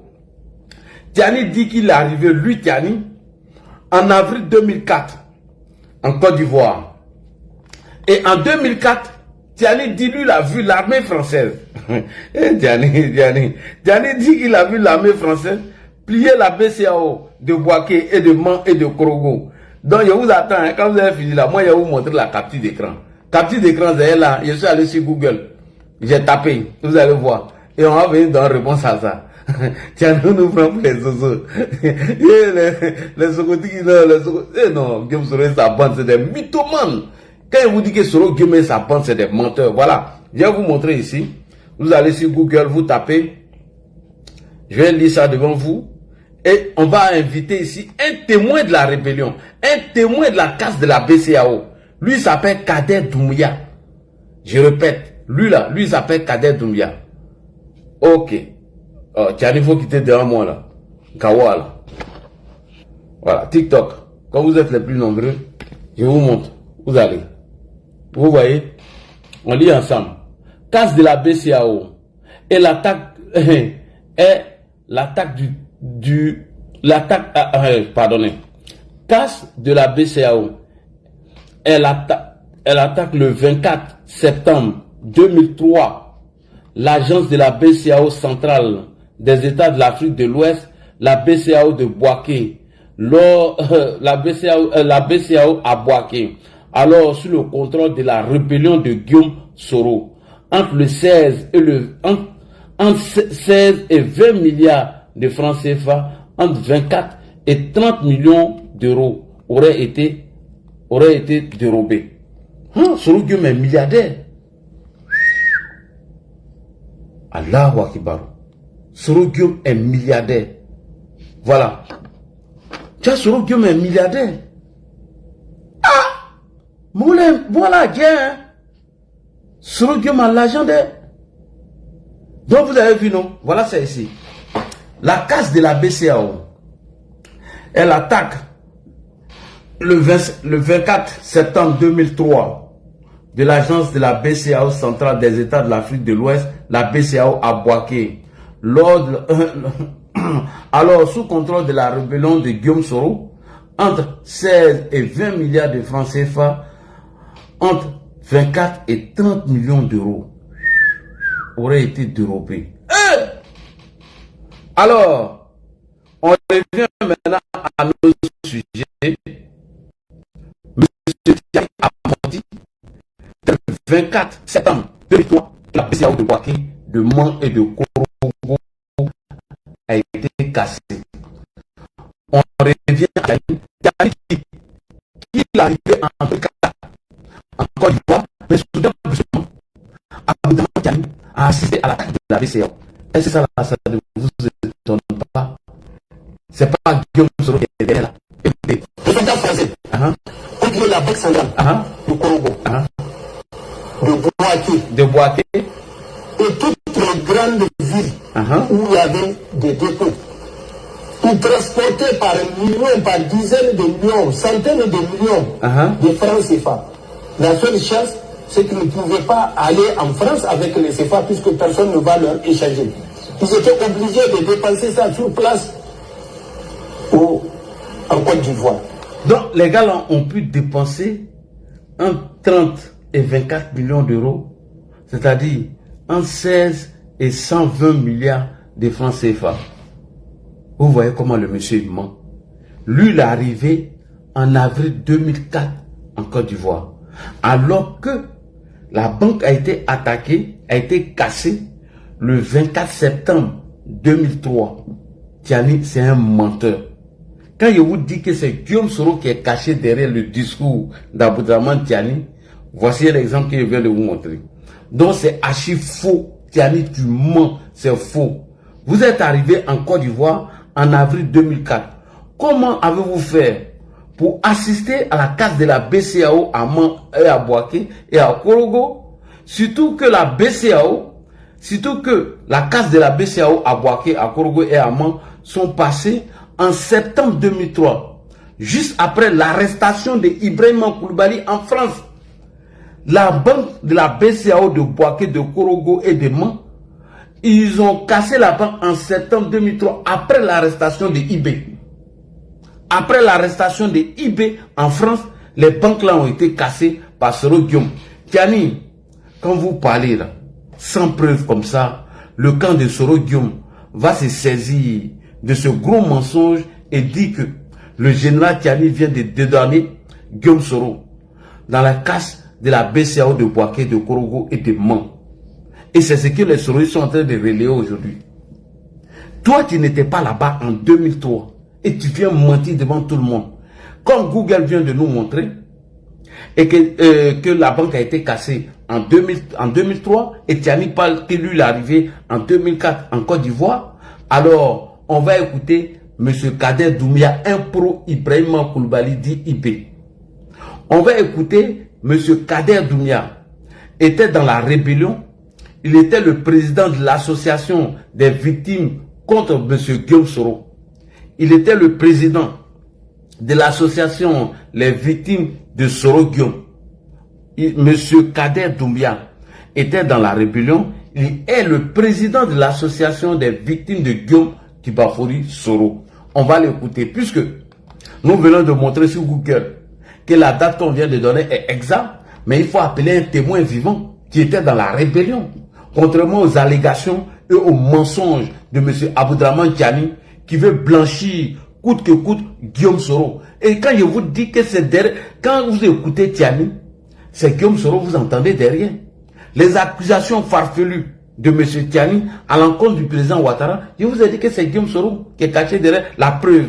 Lui, il est arrivé en 2004 en Côte d'Ivoire, en avril 2004 en Côte d'Ivoire. Comment la BCEAO qui a été cassée en septembre 2003, lui vient donner cette information-là. Si ce n'est pas Soro Guillaume qui met ça dans ta bouche. Et heureusement qu'il a donné la date de son arrivée. La date de son arrivée, c'est le 4 avril 2004, pardon. Et pourtant, la banque a été cassée en 2003, c'est-à-dire le 24 septembre. Kader Doumbia, le président des victimes de M. Soro Guillaume, on va l'écouter. C'est parti. Voilà. Menteur comme ça là. Il ment trop, vieux koyo là. Il ment trop. On y va. La casse. Ouais, Kader, attends, on va augmenter le volume. Lui, c'est Kader Doumbia. Hein. La casse de la BCEAO a été organisée et planifiée au secrétariat général des forces nouvelles. Point. La casse de la BCEAO a été organisée au secrétariat des forces nouvelles. Vas-y. La casse de la BCEAO a été organisée et planifiée au secrétariat général des forces nouvelles. La première réunion planifiée, la casse de la BCEAO, a été tenue le 5 août 2003 pour la première fois au secrétaire général des forces nouvelles. Merci beaucoup.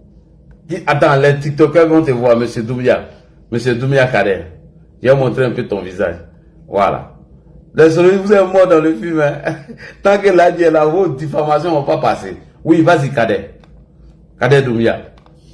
La première réunion planifiée la casse de la BCAO a été tenue le 5 août 2003 pour la première fois au secrétaire général des forces nouvelles. Dans un groupe très restreint, pour l'heure, je préfère ne pas citer tous ceux qui étaient en tout cas à cette réunion. Et c'est après cette réunion que Guillaume a informé IB. Ah, toujours Guillaume Soro, oui. Qu'il souhaite que la BCAO soit cambriolée pour qu'il puisse acheter des armes. C'est l'argument qu'il a avancé. Un petit Soro. IB a été clair dessus. Nous ne sommes pas partis pour ça. Donc, pas question de toucher à la BCAO. Les armes que nous avons, ce n'est pas la BCAO qui les a achetées. Ça, c'était le 5 août 2003.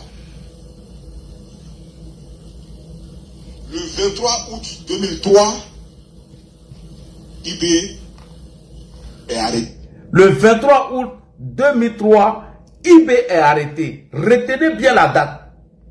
2003, en août 2003, IB est arrêté. Qu'est-ce que Guillaume Soro fait maintenant? C'est ça qui est important. La BCAO, les armes que nous avons, ce n'est pas la BCAO qui les a achetées. Tapotez les gars. C'était le 5 août 2003. Le 5 août. Le 23 août 2003, IB est arrêté en France. On viendra sur l'arrestation d'IB. Mais je vous donne le chronogramme. Le 23 août 2003, IB est arrêté en France.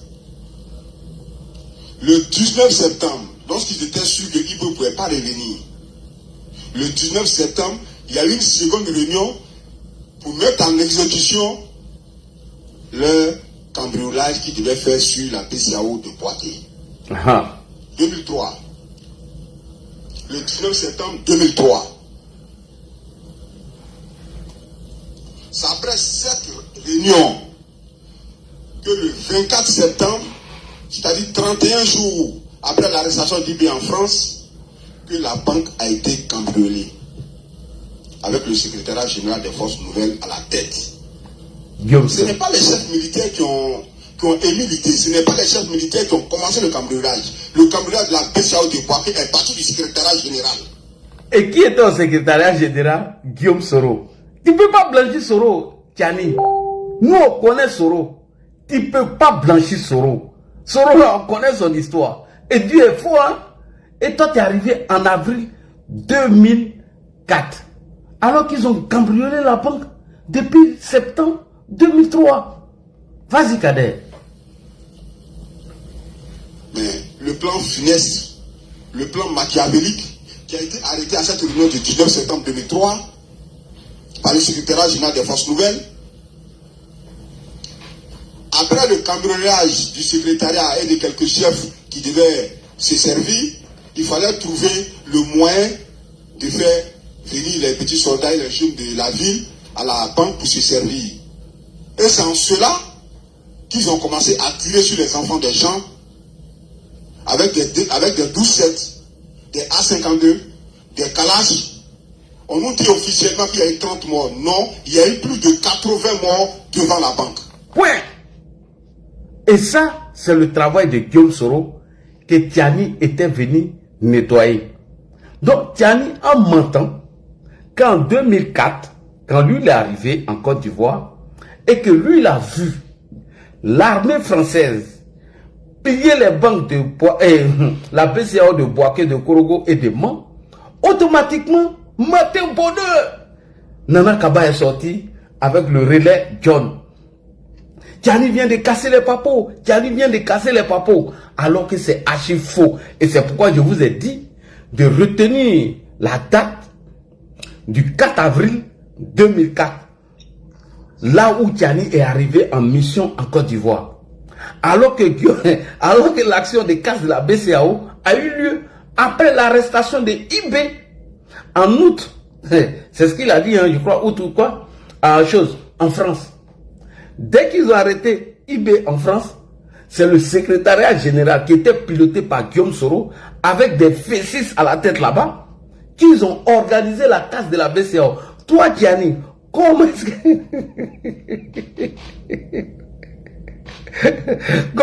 comment toi tu peux venir nous dire que toi tu as vu la casse de la BCAO en 2004? Tiani est un menteur. Je vous ai dit que Tiani c'est un manipulateur et c'est un menteur. Et c'est comme ça, il a accusé le président Ouattara sans apporter des preuves. Et le GNIM est venu faire un communiqué pour dire que c'est eux qui étaient à la base de l'attaque. Et après, il y a eu un communiqué des autorités nigériennes en disant, non, ne signalez pas, les secondaires, tapotez les gars, les soldats sont en train de signaler, hein. Faut que je vous dise en même temps, hein. Si vous tapez pas là, moi ça se coupe là, c'est fini. Ils ont peur que je vous donne ces éléments là pour aller faire un débat. Ils sont en bas, ils sont... Non, les soldats sont là, je sais qu'ils sont là. Pourquoi les soldats ne débattent pas débat? Ils font même modérateur, ils vont les bloquer, voilà. Ils sont en bas. Les soldats sont en bas. 853 personnes, pardonnez, tapotez les lèvres. Vous voulez écouter la belle information, vous ne tapotez pas les lèvres. Et comme ça, le lèvre va tomber. Voilà. On n'a même pas besoin de vous demander ça. Pardonnez. Donc, on répète encore. Monsieur Kader Doumbouya, un pro-IB, qui est le président des victimes de Guillaume Soro, on répète encore. Tiani a menti. Et vous tapez sur Google. Google va vous dire la date de la casse de la BCAO. C'est en septembre, le 24 septembre 2003. Alors que Tiani est arrivé en Côte d'Ivoire lors de sa mission le 4 avril 2004. Ah Tiani, tu peux venir dormir comme ça. Tu peux mentir comme ça. Et gardez bien cette vidéo de Tiani où il parle des cases de la BCAO. Et vous tapez Kader Doumbouya, vous allez le retrouver. Kader Doumbouya, on y va. La casse de la BCAO a été organisée et planifiée au secrétariat général des forces nouvelles. Merci. La casse de la BCAO a été organisée et planifiée au secrétariat général des forces nouvelles. La première réunion planifiée la casse de la BCAO a été tenue le 5 août 2003 pour la première fois au secrétariat général des forces nouvelles. Dans un groupe très restreint, pour l'heure, je préfère ne pas citer tous ceux qui étaient en tout cas à cette réunion. Et c'est après cette réunion que Guillaume a informé IB qu'il souhaite que la BCAO soit cambriolée pour qu'il puisse acheter des armes. C'est l'argument qu'il a avancé. IB a été clair dessus, nous ne sommes pas partis pour ça. Donc pas question de toucher à la BCAO. Les armes que nous avons, ce n'est pas la BCAO qui les a achetées. Ça c'était le 5 août 2003. Le 23 août 2003, IB est arrêté en France. On viendra sur l'arrestation d'IB. Mais je vous donne le chronogramme. Le 23 août 2003, IB est arrêté en France.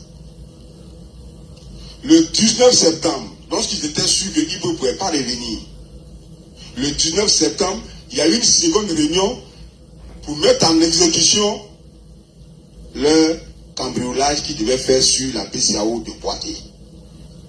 2003.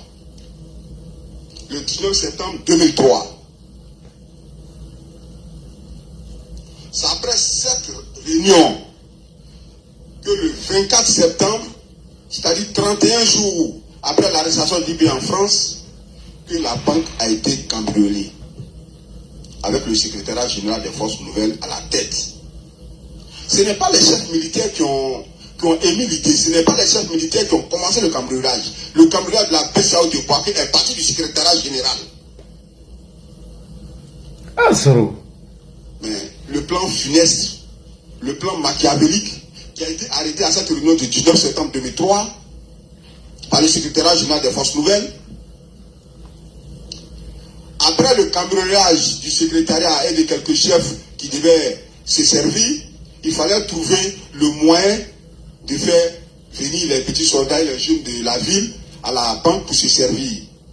Et c'est en cela qu'ils ont commencé à tirer sur les enfants des gens avec des 12-7, des A52, des Kalash. On nous dit officiellement qu'il y a eu 30 morts. Non, il y a eu plus de 80 morts devant la banque. Et maintenant, voilà leur stratégie. Faire croire qu'ils étaient en train de protéger la banque. Ils ont déjà enfant des gens. Cadeau. Allons-y maintenant sur le dernier sujet lors de l'interview de M. Abdourahmane Tiani. Dans le dernier sujet que je vais aborder tout à l'heure, dans l'interview de Tiani, il a avoué son parcours en Côte d'Ivoire en voulant démontrer qu'il maîtrise très bien nos pays. Allah, Tiani. Donc il est revenu sur son parcours en Côte d'Ivoire en voulant démontrer qu'il maîtrise notre pays, la Côte d'Ivoire, avec ses forces et ses faiblesses, et les endroits où se trouvent nos bases militaires et nos armements. C'est ce que vous n'avez pas compris dans son message. Il est en train de montrer les forces et les faiblesses de nos forces de défense et de sécurité, et ses bases militaires et ses armements.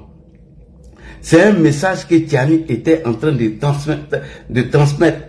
Il est en train de passer un message en disant qu'il maîtrise la Côte d'Ivoire, en citant des endroits très stratégiques. Les endroits qu'il citait là, c'est très stratégique. On va l'écouter et on va montrer à Tiani que la Côte d'Ivoire, sous Alassane Ouattara, et l'armée de Côte d'Ivoire, sous Alassane Ouattara, est différente de l'armée qui était sous le régime de Laurent Gbagbo. C'est ce que Tiani ne sait pas. Peut-être qu'elle va regarder cette vidéo, ça va l'aider. Tiani, si tu regardes ma vidéo là, ça va t'aider. Parce que tu voulais démontrer à quelques Ivoiriens que tu maîtrises trop la Côte d'Ivoire en citant des bases militaires, des points stratégiques, en parlant de nos forces et nos faiblesses. Tiani, tu t'es trompé. Je vais te montrer la Côte d'Ivoire sous Gbagbo là et Alassane Ouattara, c'est pas la même chose. Je vais te montrer d'abord que la Côte d'Ivoire que tu maîtrisais là, c'était sous Laurent Gbagbo. Et l'armée là, comment ils étaient équipés. Quand toi-même tu vas regarder ça, tu serais déçu. Toi-même tu serais déçu. Même si on te pillage à courage, jamais tu vas prendre care. Et tu vas te rendre compte que la Côte d'Ivoire, même sous Gbagbo, elle faisait pitié. La Côte d'Ivoire que tu maîtrises, que tu as maîtrisé en 2004, où tu cites des points stratégiques, où tu cites des bases militaires en code, tu vas t'en rendre compte que la Côte d'Ivoire, sous Laurent Gbagbo, c'était la merde. Ça faisait pitié. Et tu vas écouter des généraux ici, de Laurent Gbagbo. Toi-même, tu vas avoir honte. Tu vas avoir honte, Tiani. C'est pas de la dissuasion, hein, d'après les militaires. C'est pas de la dissuasion. Hein. Mais Didi, champion, si tu as tenté là, on va les déjeuner là-bas. Au propre. Sans yaya même. On écoute Tiani. Ce sont les éléments avec une section du Ghana qui avait intervenu. Ah bon? Donc c'est pas toi seul qui es parti, tu n'es pas parti en ton nom propre, Tiani. Si je comprends bien, tu es parti avec des Nigériens au nom du Niger. Ah d'accord, j'ai cru que tu t'es levé personnellement pour aller mener cette mission. Quand il y avait eu le massacre suite à une embuscade à Korogo, dans la région de Korogo. Je me rappelle, ça doit être en juin ou juillet 2004. J'ai effectué des missions sur le territoire ivoirien pour la paix en Côte d'Ivoire parce que nous étions convaincus d'un idéal. J'ai traversé des cours d'eau que je suis sûr 80% des Ivoiriens n'ont pas traversé. Le Nzi, le Komoé, le Bandama. Nous étions au lac Kossou, non loin également de Yamoussoukro. J'ai parcouru de Daoukro. J'étais jusqu'à Man. De Man, j'étais jusqu'à Odjene. Je suis revenu par Man pour remonter sur Danani, traverser la frontière avec un pays que je ne citerai pas, mais qu'ils savent, à partir de Danani, dès que vous sortez, il y a un pont. J'ai traversé dans le cadre de la mission. Au retour, j'avais pris la côtière par tout le bleu pour revenir à Dalawa, puisque j'avais passé à Dalawa. De Dalawa, j'ai fait Vavois, j'ai fait Sédela, je suis revenu, j'ai fait Dalawa, ici à Mama, chez le président Gbagbo, pour ressortir vers Toumoudi, même pas à Yamoussoukro, puisque à Yamoussoukro, c'est en allant que j'ai passé à Yamoussoukro. J'ai fait Daoukro jusqu'à la frontière de Bondoukou, à la frontière du Ghana. J'ai fait de Daoukro jusqu'à Abidjan, où certains qui crient aujourd'hui étaient incapables de mettre pied à Abidjan au moment où on était à Abidjan. Merci beaucoup. Alors, Tiani, je vais te décourager. Je suis désolé. Retenez bien cette petite partie et enregistrez ça. Je répète, enregistrez cette petite partie de mon développement sur les discours de M. Tiani. C'est pas pour le dissuader, quoi, mais il ne faudrait pas qu'il essaie. Vous venez d'entendre le général Abdourahmane Tiani nous citer des villes et des endroits stratégiques de la Côte d'Ivoire où il est passé. Retenez ceci. Le général Tiani est un militaire.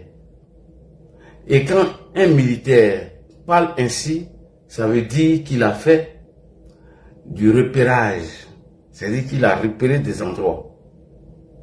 Mais il allait dire, allez-y dire à Tiani, Ladji Chérif dit, allez-y dire à Tiani qu'il était en Côte d'Ivoire pendant 8 mois, à partir d'avril 2004.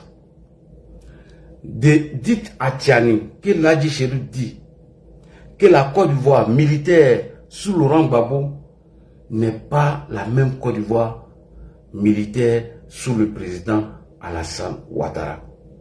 Je répète, la Côte d'Ivoire militaire sous Laurent Gbagbo n'est pas la même Côte d'Ivoire militaire sous le régime d'Alassane Ouattara. Sous Gbagbo, la Côte d'Ivoire n'était même pas une puissance militaire en Afrique. Abdourahmane Tiani, écoute-moi bien. La Côte d'Ivoire militaire sous Laurent Gbagbo n'était même pas une puissance militaire en Afrique de l'Ouest.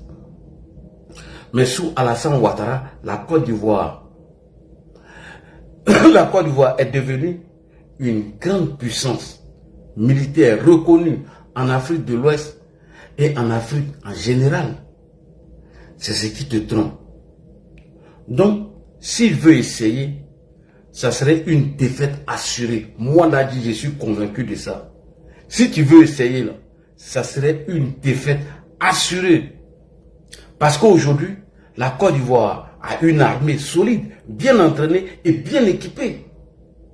Je dis bien, la Côte d'Ivoire d'aujourd'hui, sous Alassane Ouattara, a une armée solide, bien entraînée et bien équipée. Et tu le sais, Abdourahmane Tiani, tu le sais très bien. Donc allez dire à Tiani qu'il a connu la Côte d'Ivoire sous Laurent Gbagbo et non sous Alassane Ouattara. Tu as connu la Côte d'Ivoire sous Laurent Gbagbo où il n'y avait même pas de brigade de gendarmerie. J'ai dit, tu as connu la Côte d'Ivoire sous Laurent Gbagbo où il n'y avait même pas de brigade de gendarmerie de 20 à 30 personnes ou de 50 gendarmes ou de 2 ou 3, qu'ils avaient 3 pistolets. C'est-à-dire une brigade de gendarmerie de 20 personnes ou de 30 personnes avait peut-être 2 ou 3 pistolets que chaque gendarme ne pouvait pas disposer de tous ces armes-là. C'est-à-dire vous avez une brigade de gendarmerie où il y avait 2 ou 3 pistolets que les gars avaient sur eux. Ça, c'était pas une armée. Ça faisait pitié. C'est la Côte d'Ivoire, c'est ça que tu as connu. C'est cette Côte d'Ivoire de Gbagbo là que tu as connu. Ou quand tu regardais une brigade de la gendarmerie, ça faisait pitié. Tu avais honte. Champion, écoute ici, les généraux de Gbagbo, eux-mêmes l'avouent qu'on n'avait même pas d'armée. À la CPI, vous allez écouter ici les généraux de Laurent Gbagbo. Ils vont vous préciser. Là, ça y est là. Je vais vous montrer. Et c'est ce qui trompe le monsieur. Ils sont en train de blaguer le monsieur. Ils sont en train de le tromper. Mais s'il s'amuse, il va prendre. On écoute ici la première question. Alors, vous nous avez dit aussi qu'en matière d'armement, vous étiez sous-équipé. Vous vous souvenez? Le général ici dit devant Gbagbo que en matière d'armement, ils étaient sous-équipés. Est-ce que l'armée de Côte d'Ivoire aujourd'hui, sur Alassane Ouattara, ils sont sous-occupés? On écoute. Oui. Alors, premier. Je vais vous montrer la photo du général Kassaraté. Je vais vous montrer sa photo. Parce que c'est lui là, Tiani connaît. Comme ça, il va se rappeler. Voilà. Tiani, tu connais lui là au moins. Ok, on y va. Première question. Est-ce que ça veut dire que les gendarmes ne disposaient pas chacun d'un pistolet? Négatif, jamais. C'est-à-dire que chaque gendarme n'avait même pas un pistolet. Vas-y. Votre réponse, c'est qu'ils ne disposaient pas de pistolet, c'est ça? Il y avait quelques armes, des pistolets, MAP 15. Il y en avait 2 ou 3 par brigade. 2 ou 3 par brigade. C'est-à-dire 2 ou 3 pistolets par brigade. Tiani, c'est armé ça là, tu as connu, hein? Donc quand tu fais ton repérage là, une brigade qui avait au moins 2 ou 3 pistolets, c'est armé ça là, sous Gbagbo que tu as connu, Tiani. Si tu t'amuses, ou à tu as créé yes. 2 ou 3 pistolets par brigade. Et c'est gendarmerie, ça là, lui l'a connu. Il va venir bavader. 2 pistolets, c'est ça? Il y avait quelques armes, des pistolets, MAP 15. Il y en avait 2 ou 3 par brigade. 2 ou 3 pistolets par brigade. Et c'est cette armée-là que Tiani a connue. Il y avait 50 personnes. 20 à 50 personnes avaient 2 ou 3 pistolets. 20 à 50 personnes, eux, ils avaient 2 ou 3 pistolets, Tiani. D'accord, c'est très clair. Donc, 2 pistolets pour une brigade entière. 2 pistolets pour une brigade entière. Qui fait entre 25 et 50 personnes. Qui fait entre 25 et 50 personnes. Ah, Tiani. Tiani, quand même. Même si on te dit, ah, tiens, faut pas prendre care. Mais, attends, tu as fumé quoi? Est-ce que tu as séché avant de fumer? Une brigade de 50 personnes, ils avaient 2 ou 3 pistolets. Et c'est cette Côte d'Ivoire que tu as connue. Attends, si tu as fumé la Tiani, ça veut dire avant de fumer, il faut sécher. Une brigade de 50 personnes avait 2 ou 3 pistolets. Sous Laurent Gbagbo, c'est cette armée de Côte d'Ivoire là que tu as connue. Donc quand tu fais ton repérage, la champion, il faut sécher. Vas-y. Affirmatif. D'accord. Affirmatif. Il affirme. Devant Gbagbo même, hein, à la CPI, le gars confirme. 2 pistolets pour une brigade entière qui fait entre 25 et 50 personnes. C'est ce que vous me dites. Hein? Affirmatif. D'accord. Et pour ces 2 pistolets, il y avait des munitions? Oui, il y avait des munitions. D'accord. Une brigade de 50 personnes sous Laurent Gbagbo, ils avaient 2 ou 3 pistolets. Le général Kassaraté le dit devant Gbagbo. C'est Côte d'Ivoire, ça là, tu as connu, hein? Tiani, tu joues à le feu. Tiani joue à le feu. On continue. Les escadrons de la gendarmerie, qui sont plus grands que la brigade de la gendarmerie, il y avait entre 10 et 15 calages pour 100 gendarmes. Ah, tiens, champion. Attends, est-ce que Moukola il est normal même? Laurent Gbagbo, l'armée de Côte d'Ivoire que tu as connu sur Laurent Gbagbo là. Les escadrons de la gendarmerie qui sont plus grands que les brigades de gendarmerie, ils avaient entre 10 et 15 calages pour 100 personnes. Voilà. Tiani, c'est. Je vous ai dit que les points stratégiques qu'il a cités là, c'est pas au hasard qu'il a cité ça. Mais il pense que c'est la Côte d'Ivoire qu'il a connue là. Depuis 2004 sous Laurent Gbagbo, c'est la même Côte d'Ivoire qui est là. Où on pourrait trouver des brigades qui est plus grand que la gendarmerie, qui ont entre 10 et 15 calages pour 100 personnes. Ils pensent que c'est cette Côte d'Ivoire là. Champion, si tu t'amuses là, feu, feu, tu vas pas croire, champion. Allez, on écoute encore. Et puis c'est devant Gbagbo, hein. Ils sont en train de dire ça à la CPI, devant Gbagbo. Donc il a dit, Gbagbo même il est assis, hein. Et ces généraux viennent témoigner devant lui. C'est cette Côte d'Ivoire là, tu as connu, hein. Ou Kokounian lui l'a fait. Johnny c'est un menteur, il dit lui l'a pris. Johnny dit que lui l'a pris un calage. Parmi les 10 calages pour 100 personnes, il dit lui l'a pris un dedans pour aller menacer les militants du RHD et RDA à l'époque. On écoute encore la deuxième question. Voici l'armée que Tiani a connue là. Hein. On écoute la deuxième question.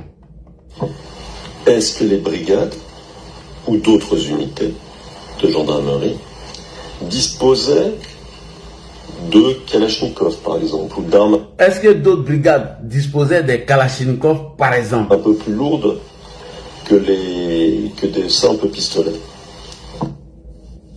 Les escadrons de gendarmerie avaient des Kalachs, mais toujours en nombre insuffisant. Les escadrons de la gendarmerie avaient des Kalachs, mais toujours en nombre insuffisant. Ils avaient combien, mon général? Vas-y. Par exemple, donnez-nous un exemple. Tel escadron avait à peu près combien de Kalachnikov? Je n'ai pas l'état du matériel sous les yeux.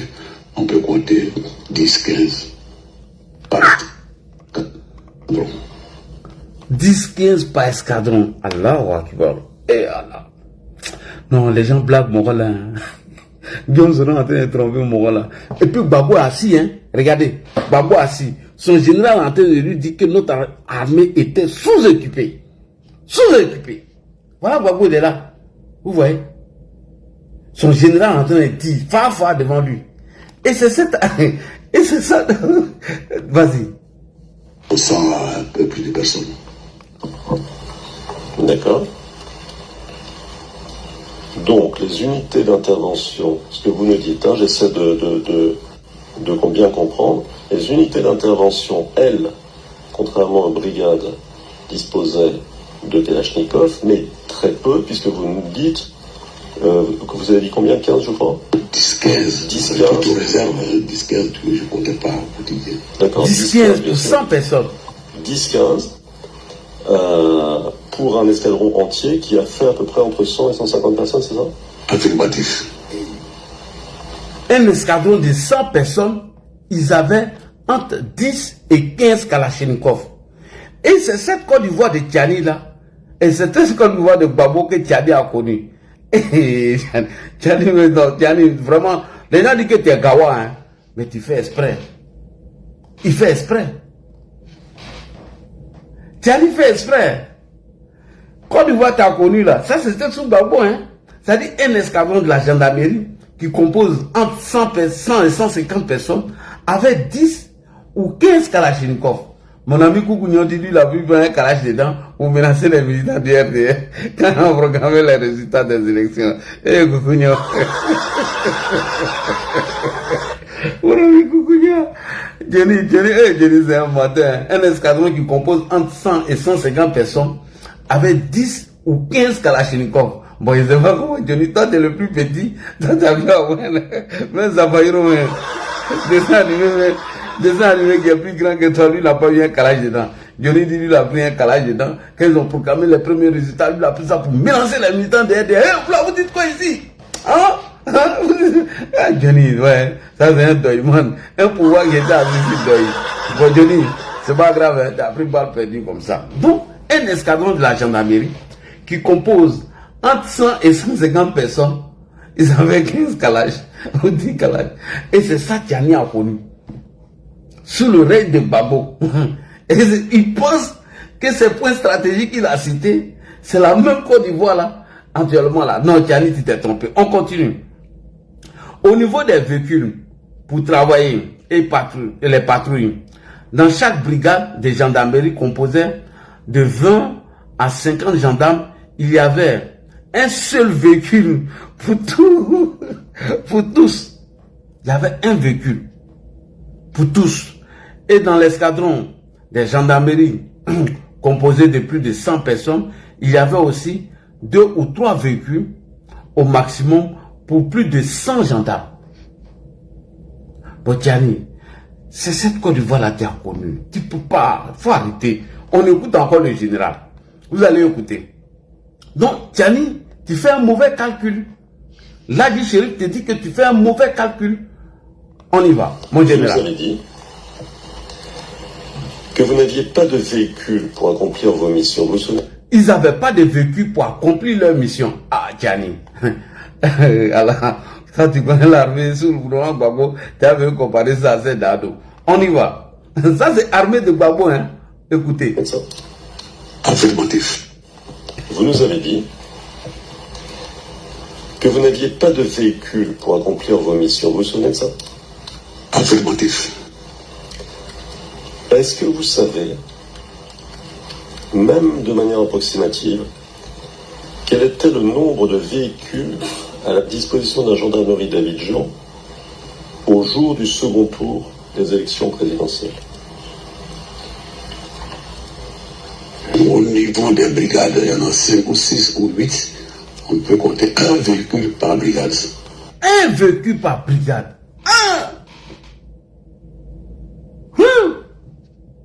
Je conteste. Attendez, j'ai enlevé ça là.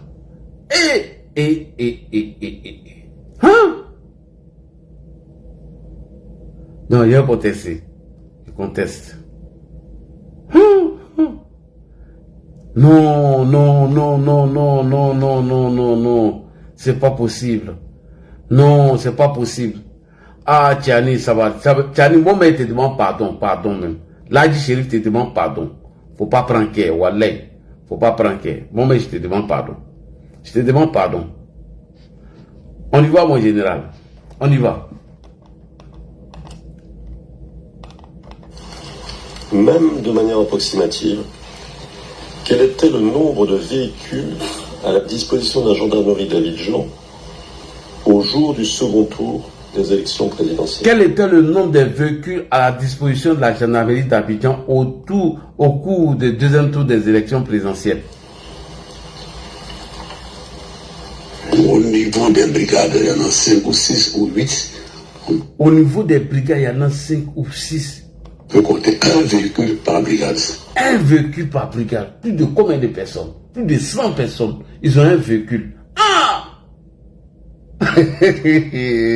Diary. Diary.